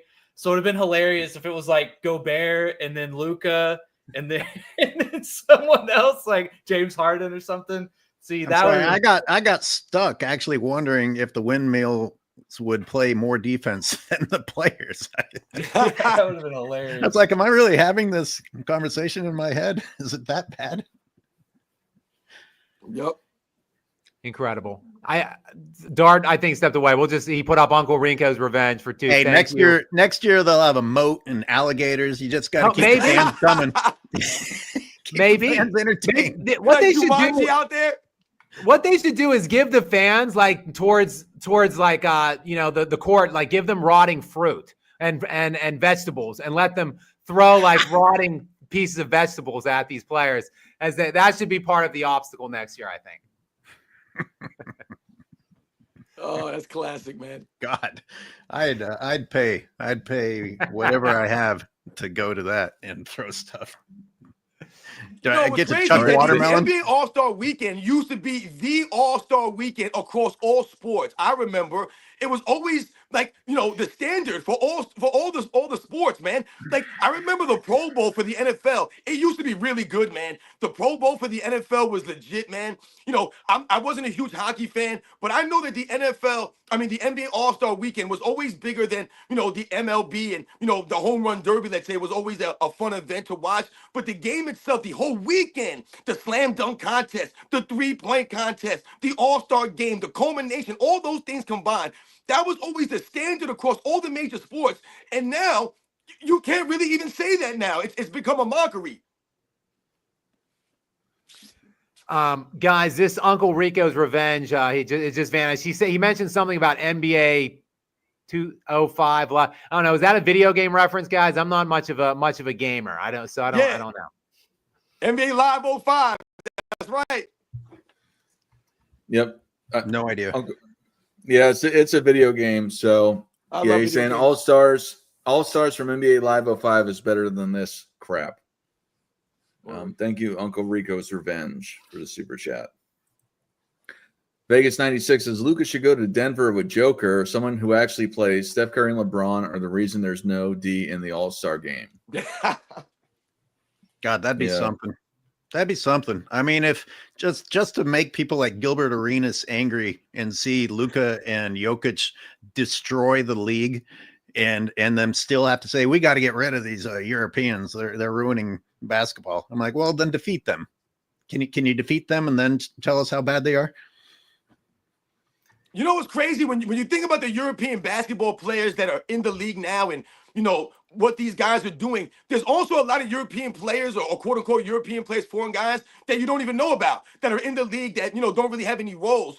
Back in like the 90s, let's say, for example, I remember, to be a quote unquote foreign NBA player, you had to be really good, man. You had to be like the Michael Jordan of Europe to make it in the NBA back in the day, man. You think about guys like Sarunas Moshalonis, Drazen Petrovic, Vlade Divac, Arvydas Sabonis, or Detlef Schrempf. Think about someone like Dirk Nowitzki. You had to be really, really good great to even sniff the NBA. You're going to be an average European player back in the day and make the league. Now, you don't really have to be great to make the league, but look what these guys are doing in the league, man. They're embarrassing the NBA players. The American players, man, are becoming embarrassed, where we're the soft guys. We're the soft Americans now, man. Yeah, while no individual country is good enough pound for pound to beat the best Americans, if you just did a collection of non-Americans, they're easily the better. Like the best non-Americans would destroy the best Americans in a game, in my opinion. They're like the best 3 players by far to me are not from here. So yeah, the US has, I think, gotten passed up because these guys actually are doing fundamentals and they actually care about winning, and they do care about things like loyalty. I mean, I wasn't here to talk about the Luka trade. I had other things going on, but like to just see how, look, say what you will about Luka. He is a little plump. He's not in the best shape. He's not well conditioned. He misses games he probably shouldn't as a result. And I'm not about those things. Like, I don't support those things at all.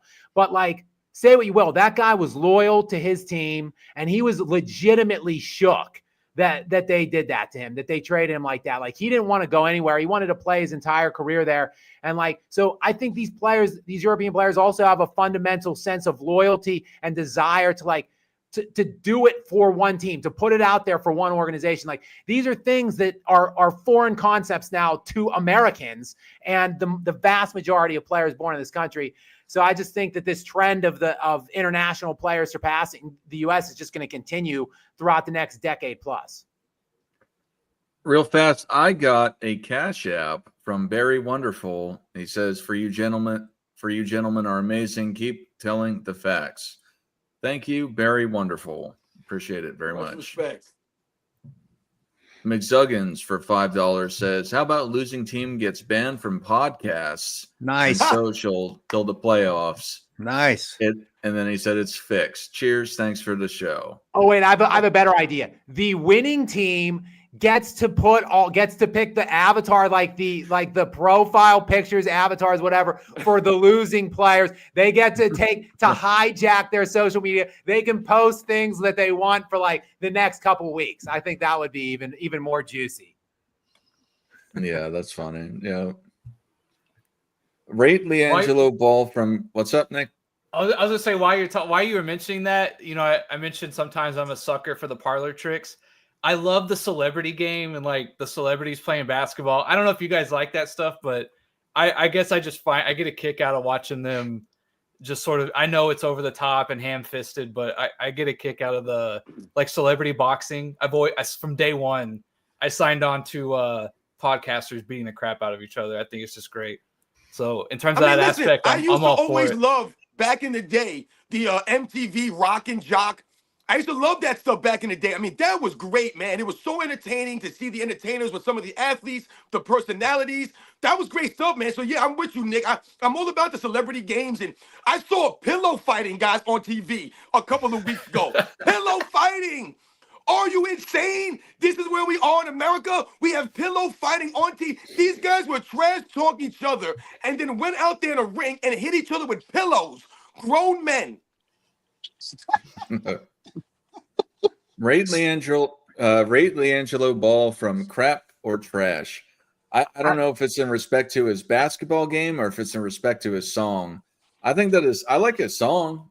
I mean, I think I really like this super chat because it's putting the two adequate like categories. Crap or trash. I like that. It's one or the other. I mean, look, this kid, he's got whatever. His average is whatever. Stats, 20 is like 27 points and 7 assists a game or something like that. He's missed whatever, 20-some games already. He missed, I think he played in the 30s the last 2 years. That's a LiAngelo. You're mixing up LaMelo with LiAngelo. Okay. LiAngelo's I don't even know what this league. is then. Who is this other Ball? He like maybe had a brief run. He had a brief. How stint many in the balls NBA are there, guys? There's 3. He wrote a song, and where's then, this one? Is this one in the league? No, short time, right? Didn't he get a right? Yeah, Wasn't he a prospect or something? Yeah, Something I think he was on like a 2-way contract. Yeah, he played for a little bit. For like 3 games, and then they kicked him out. So this is some social media presence / like whatever sideshow. Well, he has like a rap album, right? Didn't he come up with a song that's blowing up on YouTube right now? See, that's where we're at right now. It don't matter who you are. You could come out here and become a millionaire, a one-hit wonder, so to speak, man, and look like you have, shout out to him, man. I don't know if his songs are good. I don't listen to that kind of music, but, if he's got some talent, shout out to him. But like you said, we know that his, playing career wasn't much. It was not for me, and for that reason, I'm out. Now wait, who's the kid I'm thinking of? That's an all-star. That's on the LaMelo. 13 to 39. What's his name? What's his name? LaMelo. So there's LeAngelo, LaMelo, and then of course Lonzo. Yeah. Word. Okay, I'm straight And now. LeVar. I'm straight now. Thank and you, LeVar. Vans Nabs, for that super chat, so I could get straight on this. Rise Above Anything super chats for 199 says, man, MJ even competed in a 3-point contest. #effort. Thank you. Yeah. Yes, absolutely. And a lot of people don't know that. And why don't you know that? Because it's a footnote in the greatness of Michael Jordan's career. Once again, it's not going to impact. He went out there and competed, Michael Jordan. He didn't try to cheat the 3-point contest. He didn't try to be a goof like Victor Wembanyama and Chris Paul. He went out there and competed in the 3-point contest, and as a matter of fact, had the worst showing in NBA 3-point contest history. That's Michael Jordan, because he was not afraid like LeBron James was. He was not afraid to go out there. Does anybody recognize Michael Jordan as a quote-unquote 3-point shooter? No, but he went out there and competed in the 3-point contest, man. Absolutely. Stebby J super chats for $2 says the best basketball to are the 1v1s by the women. Sorry, I just read it. But yeah, I don't know what you're talking about specifically, but I'm not sure how that's supposed to read, Dart. Do we need a breakdown of this sentence again? Can you, like from the last time when you were doing some grammar construction and stuff? Maybe get your whiteboard out and let's figure out. Maybe it means the best basketball to watch are the 1v1 by the women. He said Is two there- are. Is there are there I know, I'm trying to give him the benefit of the doubt here. Either way, Stebby J, thank you very much for supporting the stream here. We appreciate it. Giuseppe De Rosa says thoughts on the 3-point contest. I think that it should have just had a standard. I watched a video on it recently about how they've changed it over time. There is no standard to the 3-point contest anymore. They've just changed it over time, so you can't even compare it across eras or anything like that. But I think they should have a 3-point contest. I think it's cool. We have two. Yeah, I think more players, at least fairly high level players are willing to compete in the 3-point versus the dunk. I don't know why, but so I mean, yeah. But like you said, some consistency. Like I remember like the money ball was like the last ball of every rack, and that's all there was. Like now there's like some balls are worth 3. I don't know. I don't even know what the format is anymore. So like you said, some bit of consistency would be nice there. Yeah, it's weird. Didn't they get rid of that Steph Curry versus Sabrina Ionescu thing? I think they scrapped that after last year. I didn't watch that. I wasn't knocking it or anything like that. But once again, that was a gimmick. Because listen, for me, you're almost like lowering Steph Curry down to a gimmick, like he's some kind of clown, and you're putting him out there in the circus. Why is Steph Curry, who's supposed to be the greatest 3-point shooter in the history of the game, the greatest you relegated him to shooting against a woman? AOH. Echo. I thought that was me for a second. No, AOH, can you mute yourself? I think you're listening on YouTube or something. Okay. I don't know. I'm sorry, I just had an audio issue. Yeah, okay. Real quick on Steph Curry. I look, I don't respect him very much. Obviously, people who know me know that. But I will give him credit for doing that competition. That was a winless situation for him. Like he's supposed to win that. Like if he loses, he's going to get absolutely crushed. Exactly, Scap. And he took on the accountability of doing it and the challenge of doing it. Like LeBron, like we said, was too cowardly to go out and do a single dunk contest in 22 years when he won the dunk contest in the McDonald's High School All-American game. He does dunk contests every shoot-around line, like in every arena around the NBA for 22 years, and he can't, because he's too afraid to lose, he can't go out and compete in the dunk contest. And Curry did that last year with literally, it was a winless proposition, and he still did it. So I do actually respect Steph for doing that. Agreed. Scap, what do you think about the guys who went out there like Kobe and Vince. They won a single dunk contest and then didn't do it again. Yeah, I'm fine That's with great. that.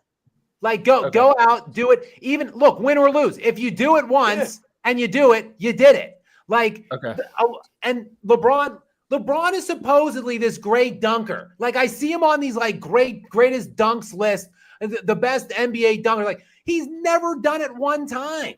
And like I said, he does it every freaking shoot around is a dunk contest for this guy. Like, go out and actually do it then in the competition.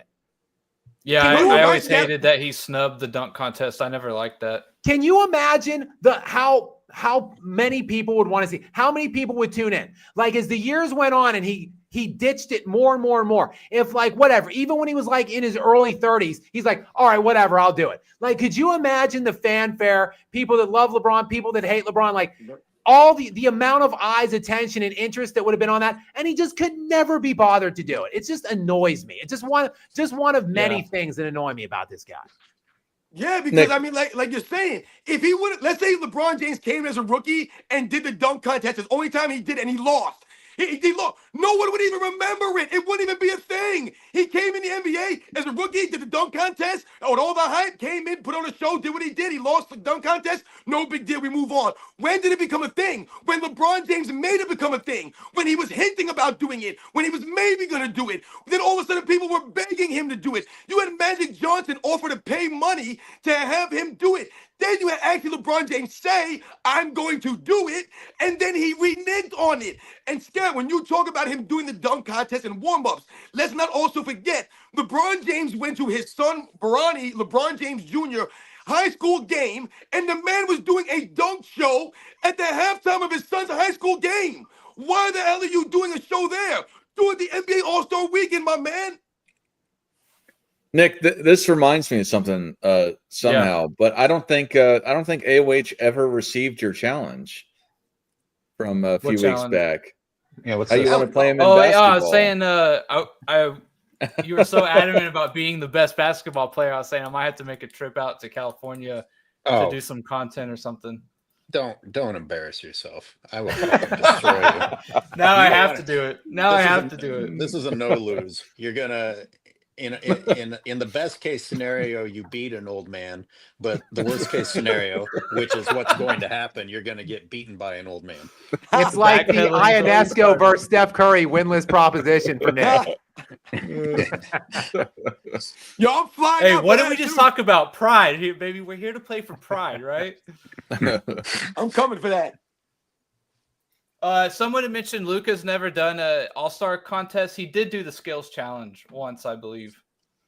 Also, what do you want Luka? Like, I guess the 3-point shootout he could do, whatever. Like, Luka could barely even dunk a basketball. Like, he's obviously not supposed to do the dunk competition. Luka's got a long release too. It's like it's quite the wind-up for a 3-point contest. And he's typically off the dribble and like step backs. Like, if he would need like 4 minutes on the clock to get off 30 shots or whatever. Exactly. Right, and that's the thing, man. The 3-point contest always traditionally was always, won by guys who were either pure shooters or guys who were spot-up shooters. That was their role. I remember guys like Craig Hodges winning the 3-point contest. He wasn't the greatest shooter in the history of the NBA, but he was a pure shooter and he was a spot-up shooter. That's what he specialized in. So the 3-point contest was nothing to him. Larry Bird, a pure shooter. A lot of these guys, either pure shooters or they're spot-up shooters. This is why someone like a Michael Jordan, when he went out there and attempted to do a 3-point contest, why he looked silly. Because the 3-point contest was not fitting Michael Jordan. Michael Jordan shoots threes in rhythm. He needs to either be coming into the 3-pointer or stepping into it in rhythm of the shot. He can't just be grabbing the ball off a rack and spot up and shoot. That was never going to be him. But he went out there, and you guys mentioned it earlier. The All-Star game was about these guys going out there having fun. Who cares if you win, lose, whatever? You're going out there having fun. Victor Wembanyama, Chris Paul. Who cares if you win or lose? Go have fun with it, man. Michael Jordan went and did a 3-point contest. He was just having some fun out there with it. Also, Jordan elevated a lot on his jump shot. Like, you see a lot of the 3-point winners, like they have a quick release, they're flat, they're kind of a low jump off their jump shot. So yeah, like it's just a different thing. But like you said, like we just want to see the best players out there competing. Like that's what we're really asking for and wanting. Will N says, I'm curious what you think about Ice Cube's Big 3 League. I like it. I haven't even watched it in years, but I think it's a good concept. I think it's a good off-season thing.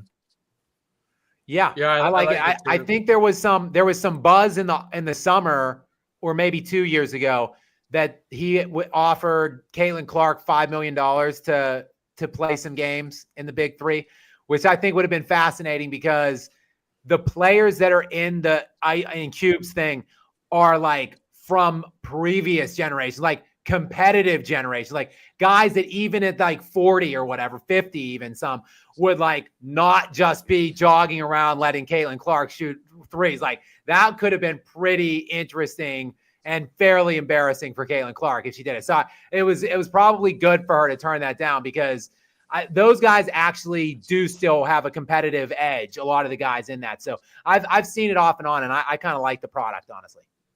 Yeah, we're just talking about I the, like the Big Three. retired game. It's the same thing essentially. Yeah, the Big Three to me, I've watched some of it. The only maybe no knock I would have on it, or not really a knock, or the only a problem I would see, because let's be real here, the problem has been that the NBA has not partnered up with the Big Three. They refuse to promote this league, and I think part of it is being some of the optics. There's a lot of fights with these guys, man. Like you said, Scap, they're competitive. These guys are from the previous eras. A lot of these guys are from the 2000s era. These guys are out there to compete. Remember, a lot of these guys didn't make a lot of money when they played. So maybe they're out there looking for some money and they're going out there to compete, man. And there's been a lot of altercations with a lot of these guys. I mean, the coaches are guys that are just as competitive. And they're getting into it. Charles Oakley was the coach of one of the teams. He's getting into it with some of the players. So really, you want the NBA to promote you. I know Ice Cube has been upset that the NBA hasn't really taken them in as like a big brother and a little brother type league, a junior league almost. But that might be part of the reason why you guys are always having these problems, with fights and altercations and the optics. I mean, every time you turn on YouTube, you'll see, oh, so-and-so going after this guy, so-and-so going after that guy. But the games are very good because these guys are still skilled and competitive. Charles H. Super Chats for $5 says, Spurs fans, since the Coach Hill era, I'm confident Wemby gets it. I'm not sure. I mean, this has been some time. We were talking about Wemby before. He gets it. I'm not entirely he gets sure. Those 3-point shots up. That's what he gets. I was gonna say you may not like his style of play, but we'll see. I don't take him as like soft or weak yet. I think look on paper, for whatever you care about the accolades in today's era, he has a chance to be considered or remembered or thought of as one of the great two-way players, because look, he's going to win Defensive Player of the Year this year. He'll probably win 3, 4, 5 of those. But yeah, I agree with, Robin, like, you dominate the underneath. Like, why is this guy not dominating down low? Why is he not leading the NBA in rebounds? Like, he's got a 10-foot standing reach. Like, he's 7'6". Go underneath more. Like, he's shooting 6 3-point shots a game. Yeah, wake me up when these guys can play A2 games. You an athletic freak. Play A2 games, my man. That's all I'm saying. Remember, these are supposed to be the bigger, stronger, faster guys. They're supposed to be the new generation. I refuse to lower the standard because you wanted me to like these guys because they have some game. That's not how it works, man. Once again, man, Victor Wembanyama has missed games this season due to back soreness. Back soreness. I'm supposed to think this guy says that Victor Wembanyama gets it. What does he get? That he's out with soreness? That's not legit, man. Look, I also want to just say real quick on him. Like, I want to like him. I do, because he does play defense. I want to like him. But like, I get he's young. I get he's only 21 or whatever it is. But the Spurs aren't that bad. He's an all-star. He's going to be an all-NBA team, whatever, probably second or third team all-NBA. He's going to win Defensive Player of the Year. They're like 7 games under 500. Like, what? How are they not even going to make the play-in? And now they make this huge trade for De'Aaron Fox. Like, they better make the playoffs. Like, you're on the clock now. Like, when your organization is going out of its way to build pieces around you from an early stage, like, go out there and pay it off. Like, I better start. I don't want to hear like, oh, he's young. Oh, he whatever. Like, no, at least make the freaking playoffs this year. They're like 13-30 or something. Or I think they're 30. I don't know what it is. They're I think I checked 6 or 7 games under 500. Like, not good. 32-39, something like that. I like Wemby, generally speaking, and this skills challenge thing. But I got to admit, I'm a little biased because I am a Spurs fan and I like him. And I'm kind of just letting it slide, honestly, because he is young. And to you guys' point when you brought it up, I think it in ways is more of a Chris Paul thing. But even past that, like I like him, but that's just me trying to hang on to some sort of semblance of liking the NBA. Guys, let me hang on. Let me fact check myself. 23 and 29. Sorry. So 6 games under 500. They're in 12th place in the Western Conference. There are exactly 3 teams worse than them below them: Portland, Utah, and New Orleans. I mean, come on. Like, this is a generational guy. Like, ascend. Like, let's see at least a playoff. Let's see an 8th spot, right? Like, wouldn't that be fun? Like, if they get the 8th seed and they're going Wemby versus Chet, the 1 and 2 in rookie of the year voting last year. Chet Holmgren versus Wembanyama. Shea, probably the MVP, versus the up-and-coming defensive player of the year, generational talent, Victor Wembanyama. Let's make it happen, San Antonio. Let's make it happen, Victor Wembanyama. If you're that great, you're already on the clock. No, that's a great point, Scap. You know, when I talked about, you're talking about the record that they have. So once again, we talk about the impact that you're not having on the court. So those numbers are fantastic. But your team's not winning any damn games. And once again, let's not act like the Western Conference is so stacked with all of these monster teams, man. This is not those Western Conferences of back in the day, man, where you needed to win 50 games just to sniff the playoffs. So the Spurs should be better just off the strength of the Western Conference taking a step back this season. And I was talking earlier this year. I looked into the numbers, and I talked about this. When Victor Wembanyama took more than 6 threes in a game for the Spurs, they were like 6, 7 games under 500. When he took 6 or less, 6 threes or less, they were like 11 and 2. They were winning games. So when I say to people, I got a problem with him taking 9, 10, 11 threes a game, it's taking away from his overall game, which in turn hurts the San Antonio Spurs. How does Nick. Pop allow that though? Because he's an old school coach. He's a great coach. He doesn't see that. Well, he's not. He has some health issues. They've had some interim coach situations going on this year, but still, it's incumbent on a 7'6" guy to not want to shoot 10 3-pointers. I feel like that's kind of common sense. Well, remember, they don't want to, bog down Victor Wembanyama's wings. They want to let him flourish, let him do his thing. That's great. All I'm saying is what I've seen is that this man sometimes gets crazy with the threes. They don't want to hurt their wrists on the rim, Robin. That's right. Nick, you got a question for you. Well, I guess it's for everybody, but I don't think you didn't mention on this show. What's your take on the Luka trade? Yeah, I mean, we talked about it Wednesday before last. I mean, obviously, I'm devastated. Come on, Dallas, Nick, give us some emotion, man. Tell us how you feel, man. I'm devastated. What do you want me to do, man? I'm almost speechless for words. I can't. It's Robin, really he's out here reading "Don't Kill Myself" books. All right, what else do you want from him? Great quote. It's bad, man. It's bad. It's real bad. I mean, he's coming on here babbling about playing basketball against me. He's got it in for himself. y'all are gonna awaken a monster you don't want. I don't want to see that either. No, but I'm devastated, man. As a lifelong Mavs fan, I really can't believe it happened.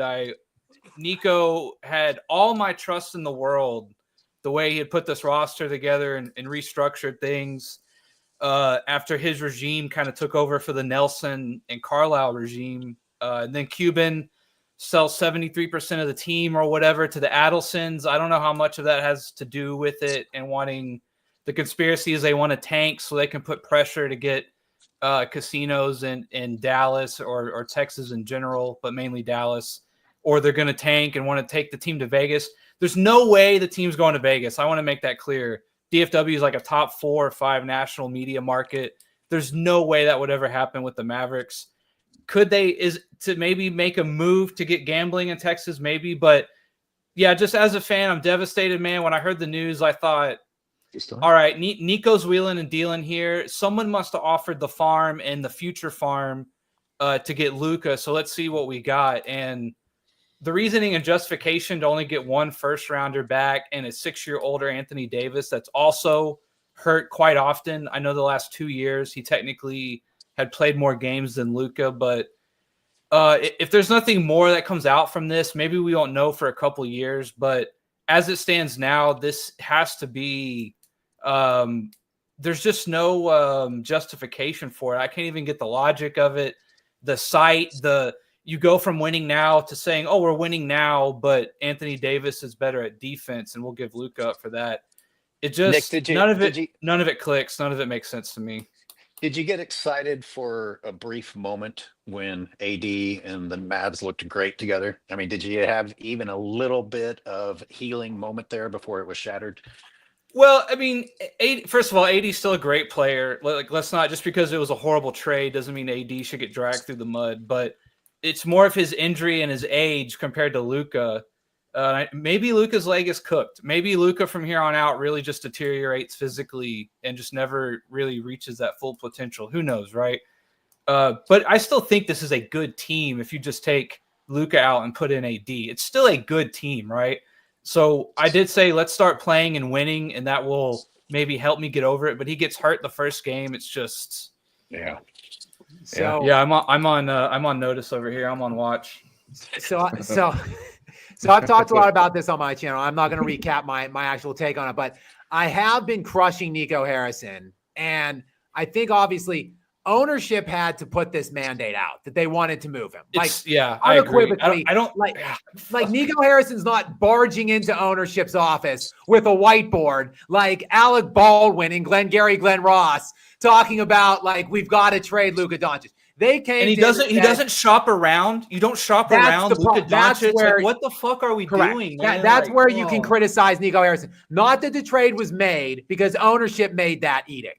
But what Nico Harrison was able to get for him is where we can criticize him because you, first of all, you underutilized your asset in Luka and what you could have brought back. Firstly, secondly, it's just freaking annoying because the Lakers are the team. Your buddy Rob Pelinka, who these guys have a 20+ year relationship together. For anyone that doesn't know, Pelinka was Kobe Bryant's agent. Nico Harrison was like his account manager at Nike. They met each other in 2003, traveled the world together, family vacations. Nico Harrison and Pelinka. This stinks of collusion. So like he just calls that team and that guy, and they perpetrate this trade behind closed doors. Like the players aren't even aware of what's going on.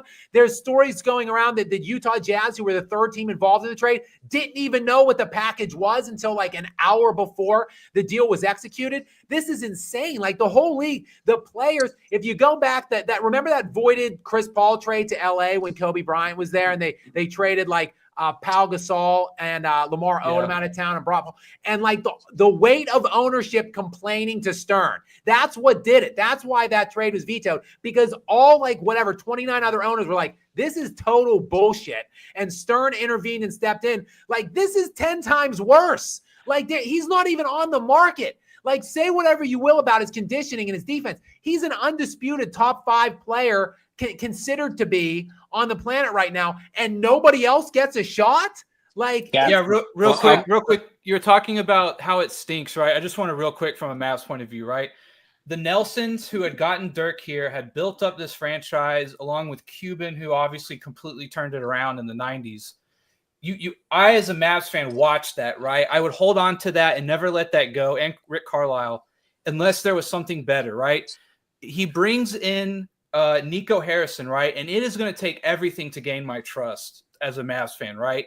And he hits, and he hits, and he hits, and he made all these moves. He gets lively. He trades away the Bertans contract. He restructures our entire salary situation. He gets Kyrie to come in. He misses on the guy we got from Boston, and then immediately turns around and flips that for PJ Washington. Like, he just has hit double and triple and home runs, like singles. Like, he has just hit it all over the place. And then for this, like you talked about, this stinks. Like, I cannot in my right mind think that Nico Harrison thought this was a good idea. I just can't. After the way he makes moves and the value he's gotten and the way he sees things, and he has totally turned the asset management around. Asset management, key phrase there. And then to do this with Luka, there's just no way. I don't buy it. I don't buy it. I have to say that I think that this is going to be an underrated trade by Nico Harrison, because you have to ask the question to yourself first. Why would he trade Luka? They wouldn't trade Luka if they didn't think it was worth it, in my opinion, unless it is just some backroom deal where, the Lakers paid him an exorbitant amount of money to go do it.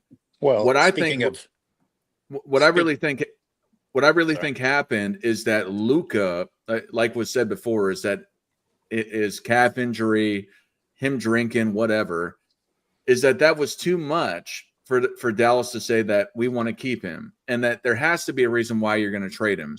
You're going to trade him high, where his value is high. He just came off of the finals appearance. He's an MVP caliber player. Why not trade him for a guy who is an all NBA and all defensive player that can contribute to your team? So you know what I'm saying? Because they still could have gotten more by shopping around. Yeah. And Scap, you Way weren't, more. You Way weren't more. on here. Start. I do want to hear your take on this, Scap. Who could they have traded at Anthony? Who could they have gotten in return for Anthony Davis's level of play? Not the picks. They can get more picks. I agree with that. But who could they have gotten to the level of a player as Anthony Davis? We see teams do dumb Dart, crap all the time based on the idea. Now, maybe not just 1-for-1 Davis versus anybody else. Though I really do believe this. I believe unequivocally, if Luka Doncic were put on the market, there isn't a team in the NBA that wouldn't be interested. Not a single one. Even Oklahoma City, who has the best record in the NBA right now, and they're probably going to win the NBA championship. Even they probably would have done. I think they would have uprooted everything, the trajectory they were on this year, to bring in Luka, to take a risk and bring in Luka and pair him with SGA. I really do believe that. Like, you could have maybe gotten one of their elite young players, and they have a cache of draft capital. I mean, they have a lot of first round picks. Like, every team would have been dropping their pants to bring him in and to give you the best looking package. And look, that you want to make the deal, whatever. It's a win now situation, Dart. It's Anthony Davis is out a month. Daniel Gafford is out probably a month. He has a grade 3 sprain in his knee now from like 2 days ago. Lively broke his ankle like a month ago. He's out for another month. They're not going to make the playoffs this year. This is a win now opposition. They're in the A seed, and there's 3 teams behind them within 1/2 game, and their entire big rotation is out for a month. Like, good luck. How is this going to look when they don't even make the playoffs this year in year 1 of a win now proposition? It's an abysmal looking trade. Terrible. Well, Gafford and Davis both recently got injured. I think Gafford got injured right after Davis got there, and they both got injured. So that's just a fluke. It's bad timing. It is the Gafford element is a fluke, Dart, but you can't say the AD one is. AD has been hurt the majority of his career. He plays roughly 70% of the time. He was okay. Congratulations, AD. You played whatever 70-some games last year. You played 50-some this year. Prior to that, he's in the 40s and 50s for like his entire tenure in LA, other than when they won the championship in 2020. So yes, when he's on the court, sure. But the guy's not available. And he's now 32 years old, or he will be in the next few weeks. Like, it's not going to get better. He's not going to get more available, more durable as he ages from here. I gotta throw this at Scap when you guys are done. Go ahead. Okay, I was gonna real quick say, like you say, like, let's say Nico Harrison walks into my living room, right? And he says, Nick, take a seat. We need to have a talk. And he goes, we got to get rid of Luka. Like, my gut instinct, everything that tells me the leg's not going to get better. He's not going to get in shape. He's not going to reach that full potential. We've maxed out, like you said. This is the best version of Luka we're going to get.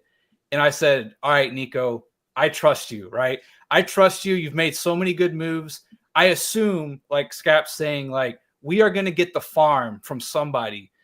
Maybe not an Anthony Davis, right? But 2 solid starters in the NBA, 2 bona fide starters, and maybe a rotation player, and 5 or 6 first-round picks or something crazy like that, right? Correct. That's what I was expecting in return. But the justification of Luka, we need a better two-way player, specifically on defense, and we don't think he's going to be available, right?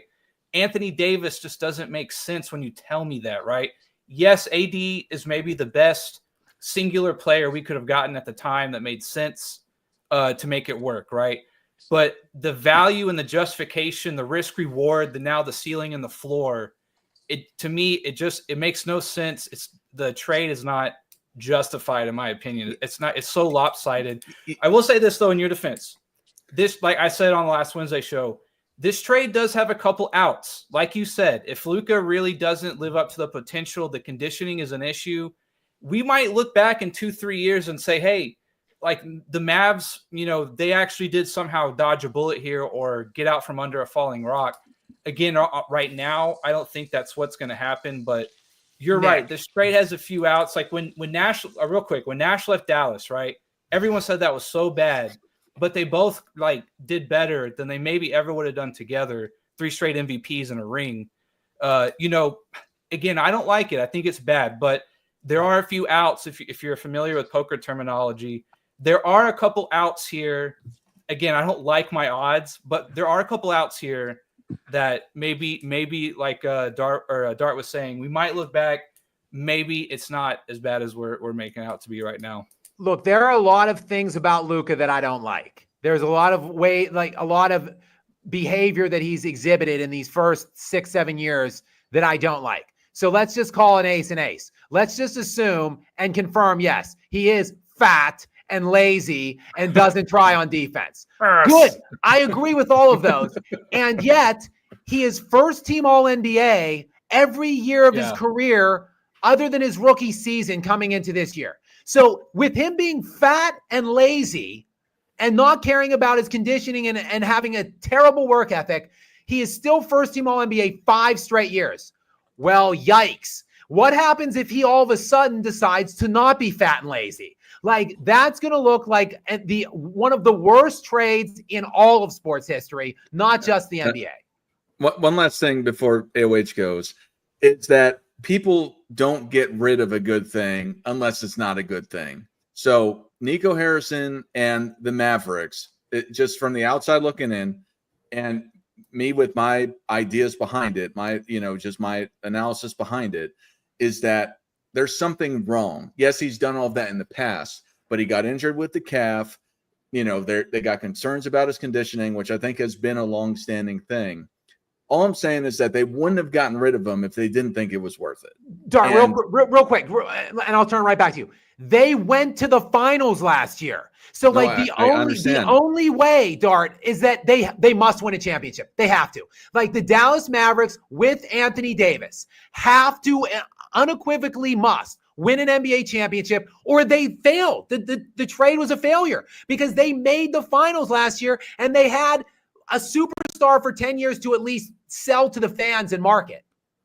That's one of the outs is that maybe this Davis-Kyrie combo, guard center combo, if they win a ring, all right, I'll forgive it in the next 2-3 years. But that your window is now 2-3 years, right? So that's the other side of that coin.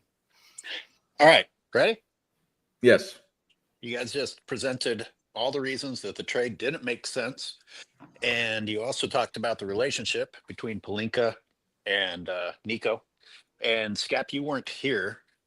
Maybe it was on me and Robin's show when the idea was floated that the reason that this trade took place this way behind back doors and was a player to player is if you take into context how LA has struggled to get a star player to voluntarily come join up with LeBron because LeBron James is such a terrible teammate. Well, this took the option out of it. Luka had no choice. And we talked about, you could have shopped around for more. Well, you also had a lack of desire for players to come play with LeBron. So how do we know that this wasn't a favor between Pelinka and Harris to once again appease LeBron James and get Luka, despite LeBron's pathetic attempt to pretend that he didn't have anything to do with this or know about it, that it was in fact, once again, Rob Pelinka getting LeBron James what he wanted and doing it in a very crafty manner. I guess I was gonna say real quick, LeBron saying he had no idea might be the biggest giveaway there is. I'll say that real quick. And I'll turn it right back over. My only question and pushback on that theory is for what's the incentive for Nico Harrison? Like, and Dallas ownership? Like, are you telling me that there's like a league-wide conspiracy? Obviously, like the very top of the top, like it goes up to the upper bowels of the NBA offices have helped like to create this trade, because otherwise, like, how are you selling this to Nico Harrison if you're Plinka? Well, we're talking about a friendship that goes back to childhood, and who knows what types of other little financial favors, maybe stocks and companies, inside trading, all kinds of things that these guys help each other out with. Or I don't know, but when guys are that tight and they're in control of teams, who knows what Palinka promised Nico in order to make it happen? No, but hey, Yeah, wait, you bring up a Go great ahead, go point, ahead. man. My bad. I didn't mean to cut you off, man. Everybody Go, got quiet all go. of a sudden. I was patient for 10 fucking minutes and now everybody's quiet. I didn't mean to cut you off, man. I'm done. I'm done. Oh. I'm fine. No, I'm No, finally no, done. but you brought up okay. a great point when you say that players are not really willing to play alongside or with LeBron James. That's a very great point that you bring up, because when we think about LeBron James's history, part of the problem for a lot of the teams out there throughout LeBron James' career, the Cleveland Cavaliers, the first in a round, the Miami Heat, and so forth and so on, is that they have to make these trades, right, and go around players that don't want to necessarily come to their team. They don't want to play with LeBron James. So they have to figure out all these different ways to get guys through back weight deals. This is why LeBron James has to form super teams, and he has to go and cahoot with his boys. That's the only way it can work, or he's not going to get the guys that he quote unquote wants on his team. Think about Kyrie Irving. Behind Kyrie Irving's back, LeBron James was trying to get him traded after they won the championship. And why is that? Part of it was because Kyrie Irving was getting so much shine by hitting that big shot. LeBron James couldn't have that. He had to get rid of Kyrie. He wanted his boy Chris Paul on the team. So he was trying to get a Kyrie Irving behind his back. Remember Kevin Durant said that playing with LeBron James it creates a toxic environment. Remember they asked Steph Curry about playing with LeBron James, and he was like, nah, I'm good. Remember Kawhi Leonard, they tried to get him to come to LA. The man went to the damn Clippers instead of going to the Lakers with LeBron James, man. No one wants to willingly go and play with LeBron James. Let's not forget, guys, Anthony Davis' agent is LeBron James' best friend. Represented by his agency, requested a trade to go to the Lakers, save LeBron James. No one was going there, guys. No one was going there. All right. For these super chats, we still got a lot left, so I apologize. I'm going to address all of them, but some of them we're gonna skip over a little bit. But this one we'll take a shot at. It says, I saw a YouTube short saying Dennis Schroeder's situation is modern day slavery. The players are spoiled and entitled today, and no more rivalries. How am I as a fan supposed to be interested in watching? I don't know, man. Like I think don't know that was much about his situation.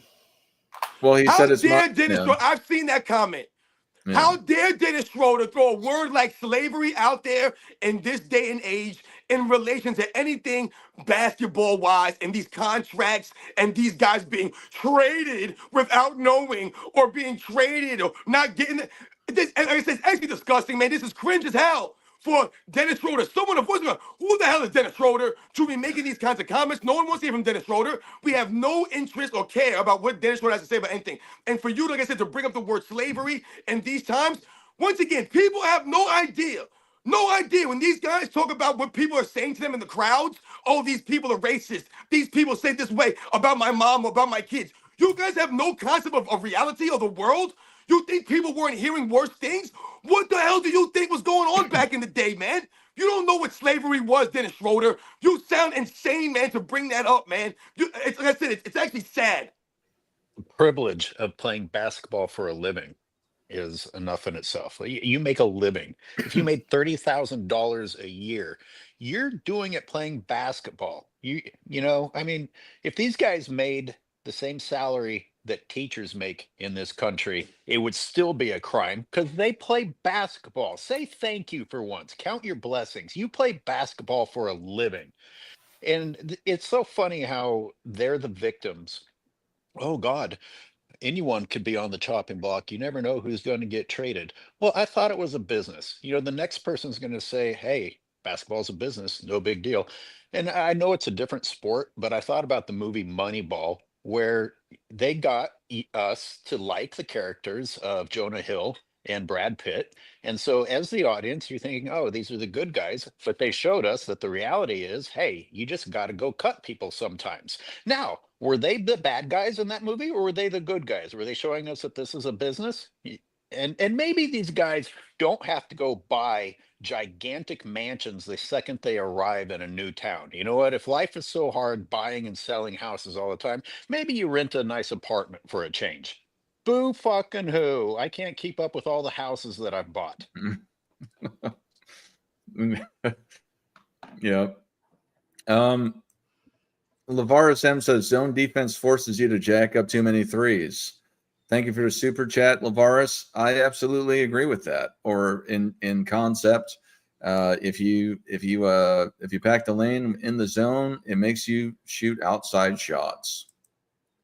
What zone is stopping Shaquille O'Neal? What zone? There's no zone stopping that man. I don't want to hear about zones.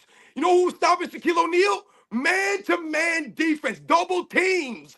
That was stopping Shaquille O'Neal. You ain't throwing no zone out there with some 6'9" guys that are fake centers.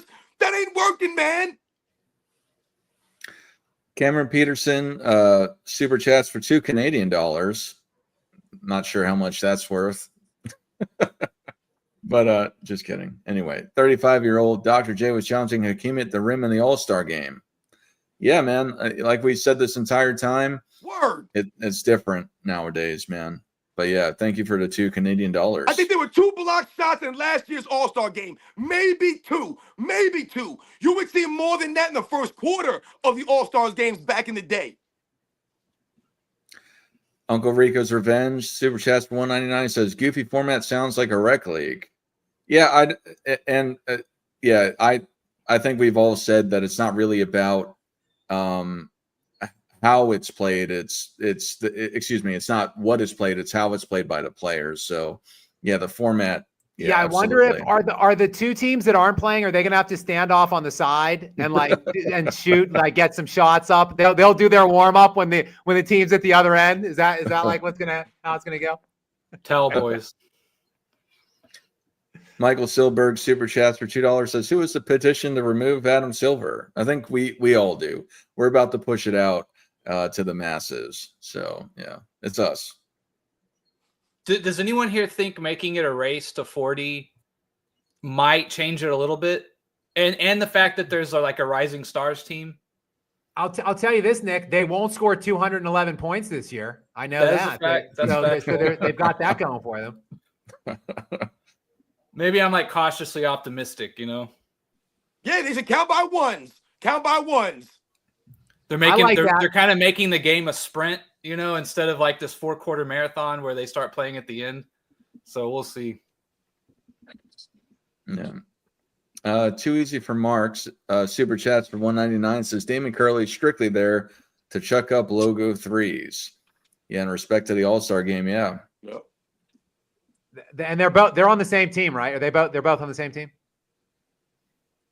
I think they're on the OGs. I think they're on the OGs. Yeah. It would honestly be funny if Dame and Steph start defending each other during the middle of the game and try to take the ball off the other one to fire it up from the half court. That's what Damian Lillard did to Tyrese Halliburton last year. Yeah. He literally was taking the ball away from Halliburton and hogging it and just chucking up shots so that he could win that MVP. It was, like I said, it was really sad. Yeah, Damian Lillard's MVP was maybe one of the grossest things I've ever seen. Yeah, if it had been based on competition and heart and he's just fighting for his team and really wants to win, that'd be one thing. But it was a no competition, nobody's trying, stupid blowout situation where whoever was willing to be the most selfish person out there was going to get the MVP. Yeah, congratulations, Dame. Yo, Dart, I want to read this next super chat. I don't even know who it's to. It's to AOH, or it's connected to AOH. But I want to say the only other name you can replace it with is Bob Pettit, because they're tied for the most All-Star game MVPs with 4. But anyway, I'm stealing your super chat, your super thanks, AOH. Thank you, Fred Jams from AOH on his behalf. I, though, am going to answer this question. I couldn't agree with this super chat anymore. Take Kobe's name out your mouths and off this stupid trophy. That man has four All-Star Game MVPs, and it's because of the things I highlighted earlier in the show, him going out when he's in his 17th season playing lockdown defense on a guy who everyone thinks is the best player in the NBA. It was that mindset. It was him when the collection of guys were formed that were supposed to be the best of the best. It was about Kobe saying, and I'm better than them. I want to show that. Like, it's just so distasteful seeing Dame Lillard chucking up half-court shots and getting booed at half-court with an MVP trophy with Kobe's name on it. Yuck. Yeah, that's great. AOH for $10, you get super chatted. It says, I think they should remove setting screens in the NBA. I think it will showcase the ability to defend and score on the court and better ball movement on the court. To AOH. Just play one-on-one. What would Draymond Green do if he took away screens? What?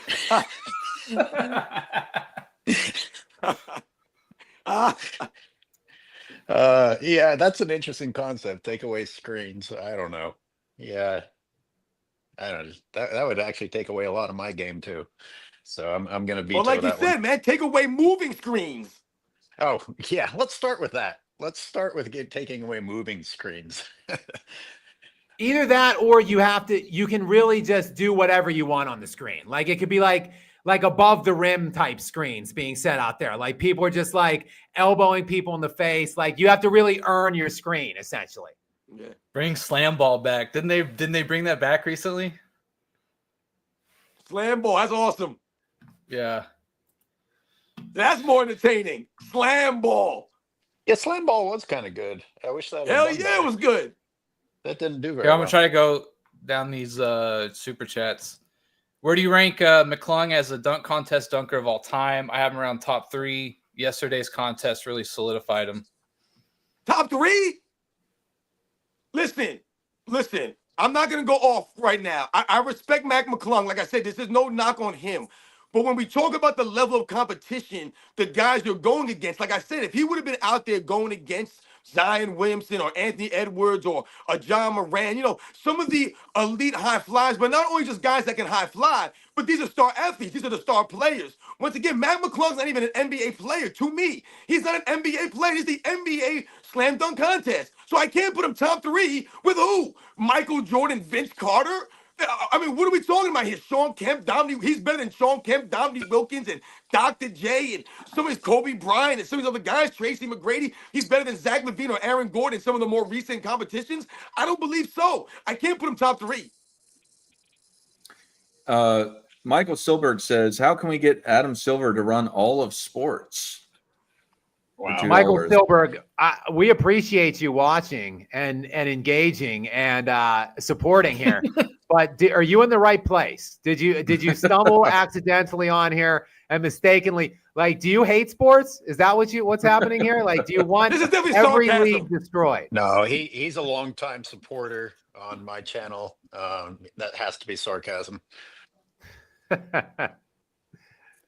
Delsky says, all the Euros are better than USA is fake. We is still eons ahead of these guys. Euros winning PER and stats, Americans winning NBA championships. Yeah, like we're ahead in our own language. What, As you Jokic, demonstrated Giannis? with the English I there. mean, Jokic and Giannis won two championships since 2020, and SGA is likely going to win a championship this year. Those are, to me, the 3 best players in the NBA, and they'll each have a championship since 2020. So I'm not sure what this person's talking about. They are dominating the NBA. They are the best players in the NBA now. MVPs. It took Yeah. Steph Curry literally having a Steph Curry performance in the Olympics for the United States to beat some of these teams, man. This is what we were talking about. This guy had to go on to Kevin Durant. These guys had to make shots at the end of some of those games, man, for the USA to win, because the USA has gone backwards, man. Literally gone backwards. When we talk about the USA, we talk about the dream team, let's say, for example, in 92. The reason why the Dream Team was so great, or the Americans were considered so great, or so much greater than the Europeans, is like what I mentioned earlier. You had to be really great to make it to the NBA back in them days, because the depth of talent. You could have taken the next 10 guys in line for the Dream Team, went out there to Barcelona and stomped them down. The next 10 guys would have stomped them down. The Dream Team, too, it was just as potent. Now, you needed to bring all of the great players out there just to compete with some of these crap teams, man. Are you kidding me? Yeah, Nikola Jokic with Bogdan Bogdanovic was beating Team USA by like double digits for the vast majority of the semifinal game. And it took Steph Curry literally going ballistic to squeeze out like a 3-point win over Serbia in the Olympics this year. That's how close it was. So get out of here. Get out of here with this. Let's not forget that somebody FIBA said in the also, comments, and I hate when they say this, that Europeans, that they're so much better than they were back in the 90s. That's not the case, man. Yes, there might be more people playing basketball now. There might be more people coming in the NBA. But why is that? It's not because they're so much more skilled than they were back in the day. It's because the USA product, the NBA, has gone backwards. We've gotten softer.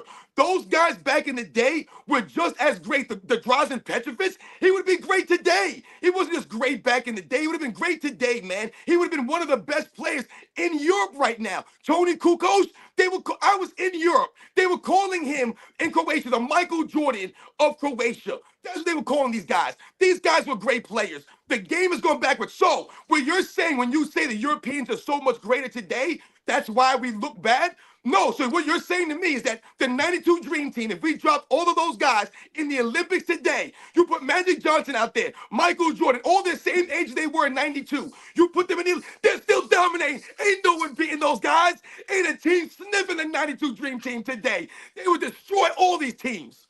Robin, speaking of going backwards, we also saw the FIBA refs officiate according to United States rules instead of FIBA rules. We saw some serious garbage in favor of the United States. I was really hoping to see us get held accountable for our inability to play by the rules, but that is not what happened. So the whole world is going downhill instead of the standards being raised. Yeah, there was actually, real quick, there was a crazy play in that Serbia-USA game where Serbia was up, like I said, all game, and U.S. hit a three. The screener got fouled, so they gave the U.S. like a free throw away and the ball back. It was like a 7-point play in the last 2.5 minutes of the game, which that was basically the backbreaker for Serbia. So like it took like a fantastical series of events for this USA superstar squad to squeak out a gold medal this year in the Olympics. They struggled in a few games too. They almost lost to Sudan, right? Or something like that. They lost to South Sudan in the preliminary In the games, prelim. Yeah. Yep. D23 TV super chats for $5 and says, sports and fitness, you didn't know Sangoon from my Rockets is called the Michael Jordan of Turkey. His fans are almost worse than LeBron fans. What do you got to say about that? That's what I'm talking about, man. Shout out to everybody out there in Turkey, man. I was out in Turkey when I was in the military. Shout out to Sengun making the All-Star team this year. And that's what we're talking about. Some of these other guys, let them play in the All-Star game. Promote the Norman Powells, some of the other guys, man. Let them take the torch. Let's see what they do. Maybe they'll go out there and compete. We don't want to see the goofs go out there and goof it up even more. And someone in the chat said something about Tony Kukoc not being called Michael Jordan of Croatia. And they said they were from Croatia. I'm telling you right now, I was in Croatia in 2000. I was in Croatia in 2002 when I was in the military. I was talking to a bunch of people out there, and they were talking and asking me about Michael Jordan. And I was wearing a Michael Jordan t-shirt out there. And I said that Tony Kukoc was like the Michael Jordan out there. That's what they were saying. He was great like the Michael Jordan out there. That's what I'm saying. They told me. I was there, man. King Speech Rose says the Sunday panel is more competitive than today's NBA. Yeah, I mean this super chat was 50 minutes ago, but Damn. Wow. but yeah, they've been rolling in and just trying to catch up.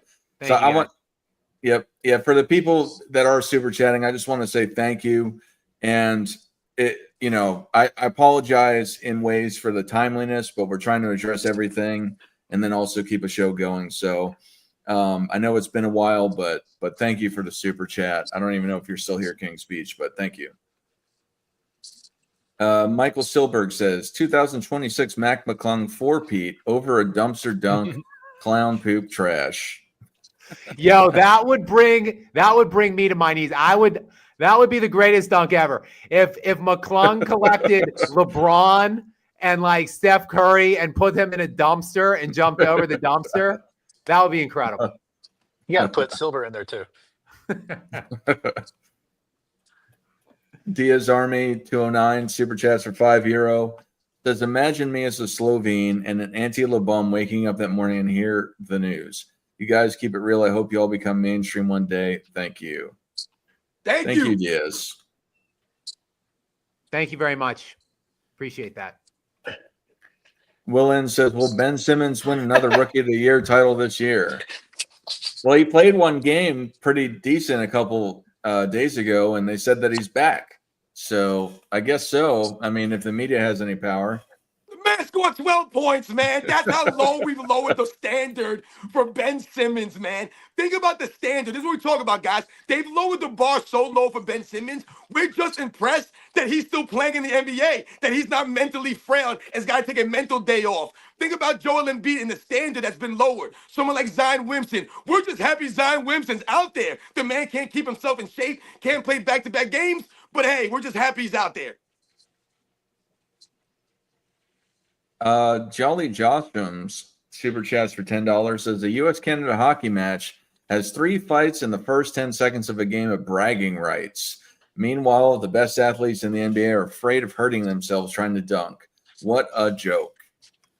Yeah, I was busy last night watching the Trash Fest in the NBA and working on a video, but I have this hockey game DVR'd, and I've read some about it, and a couple people have reached out to me about it. I'm very eagerly awaiting my view of that game. CSS also super chats, something similar for $4.99. Glad I made it in time, gents. Have to point out the NHL tourney versus lackadaisical NBA NHL 3 fights in the first 9 seconds. Dudes care. Love to see it. Love to see some sport that does. Yo, hockey players don't play no games, man. These guys are legit. They out there and they put on the line. These guys are throwing gloves down. They're punching each other in the face. I mean, when we talk about the mentality of some of the NBA players and we talk about physicality and the style of play, it's not only just a visual optics for the fans, but also you going to your bench and your teammates getting in your face about these things. And now you got to go to the locker room. You might get punched in the mouth. So when we talk about grown men and being a professional athlete, that's what these guys are doing, yo. I was never a hockey fan per se. I never played it. I never really watched it growing up. But I respect the hell out of those guys. You ever notice how hockey players are always like missing teeth and things of that nature? They always look jacked up because these guys are going out there and like I said, they're earning their money. Marquivian Black super chats for $1.99 says top right is a clown. Kobe played compy and you crying. I don't know what Marquavian. I guess that's to me. I may be a clown, but at least I can produce one singular sentence properly. I don't have any idea what that's supposed to mean. But thank you for the super chat to whoever you made it. Probably not me though.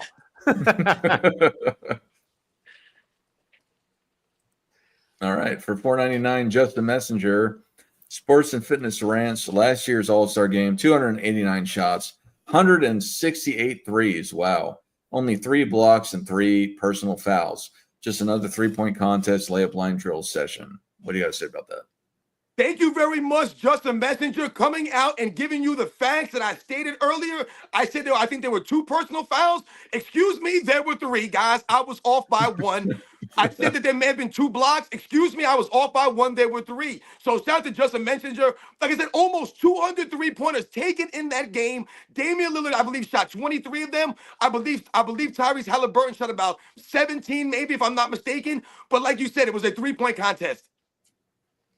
Do you guys remember the Missouri drill? I don't know how many of you ever played, but Missouri drill, for the most part, was like a 3-on-2 drill, and you'd have a trailing defender trying to catch up to like recover, and as an offense, you had to make a decision, etc.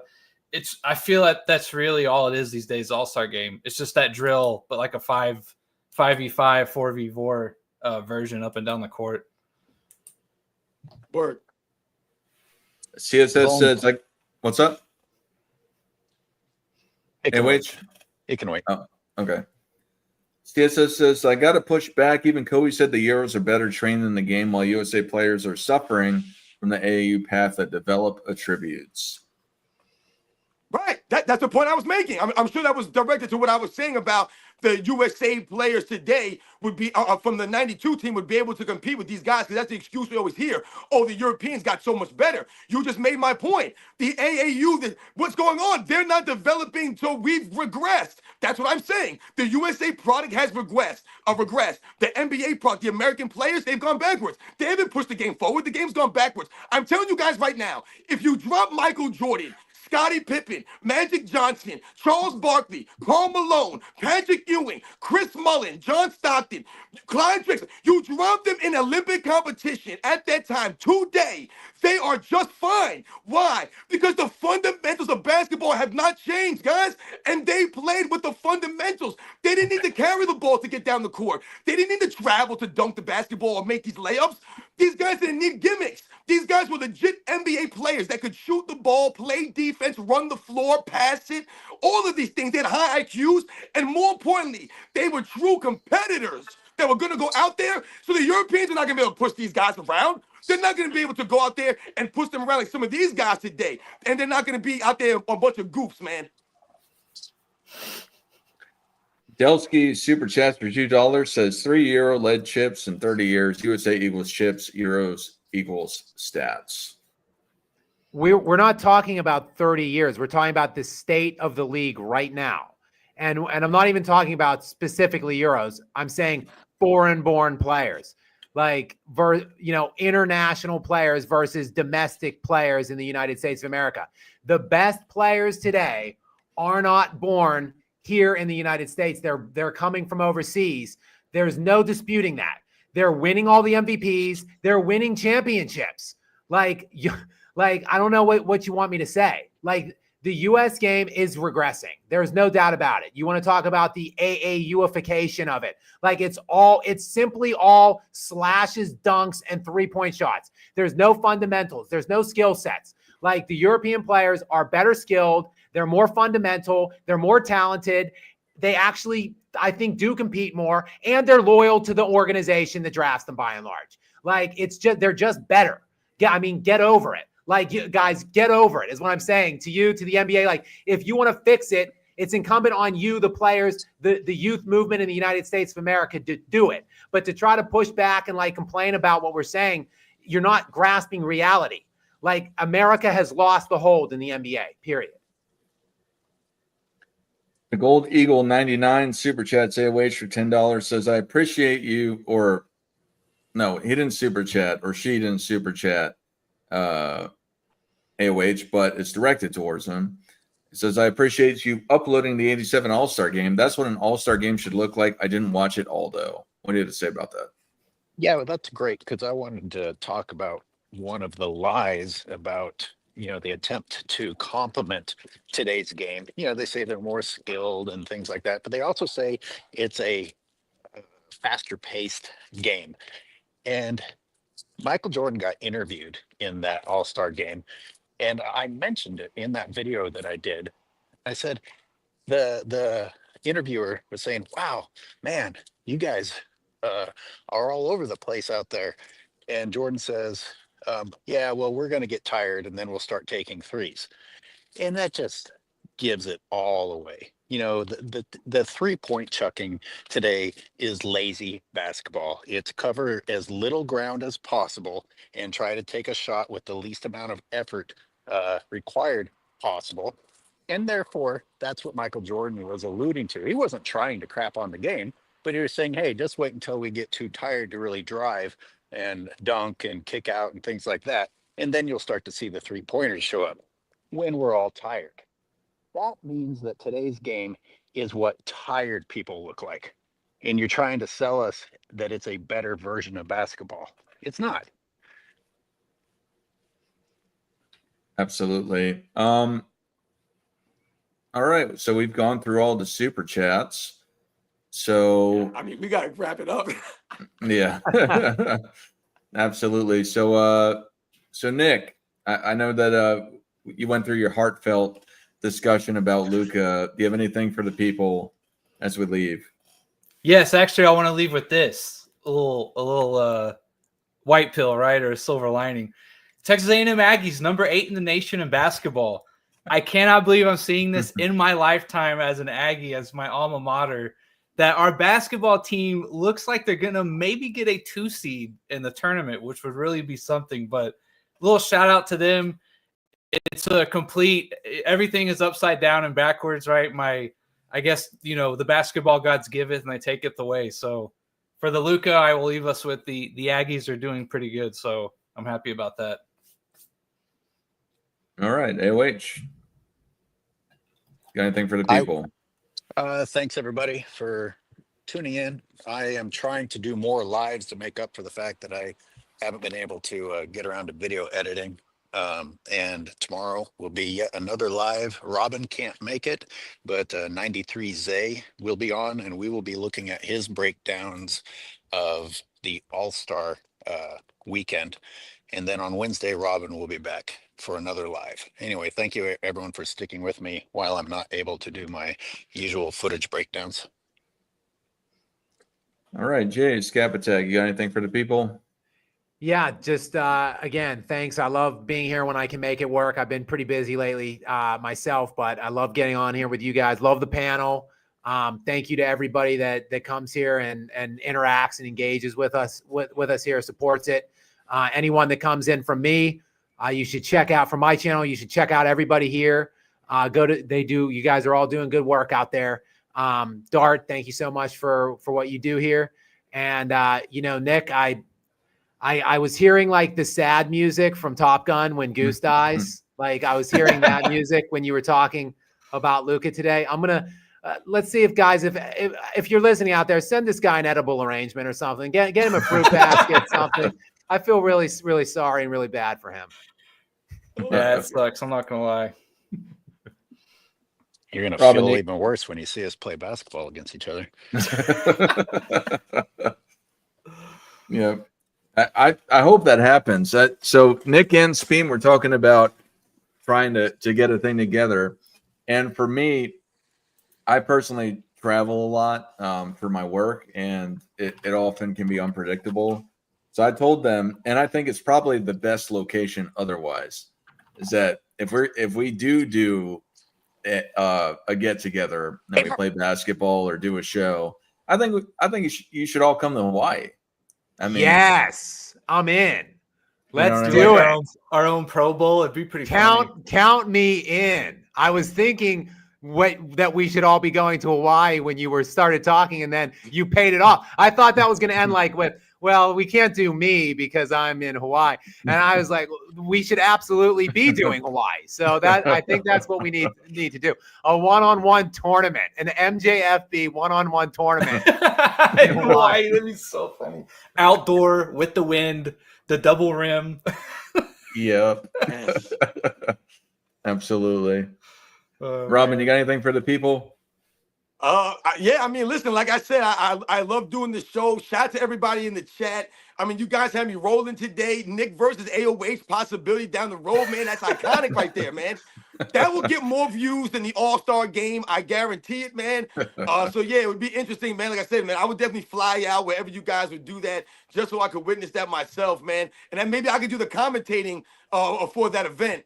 But yeah, once again, it was a great show. Like I said, I always enjoy coming here with you guys on Sunday and chopping it up, man.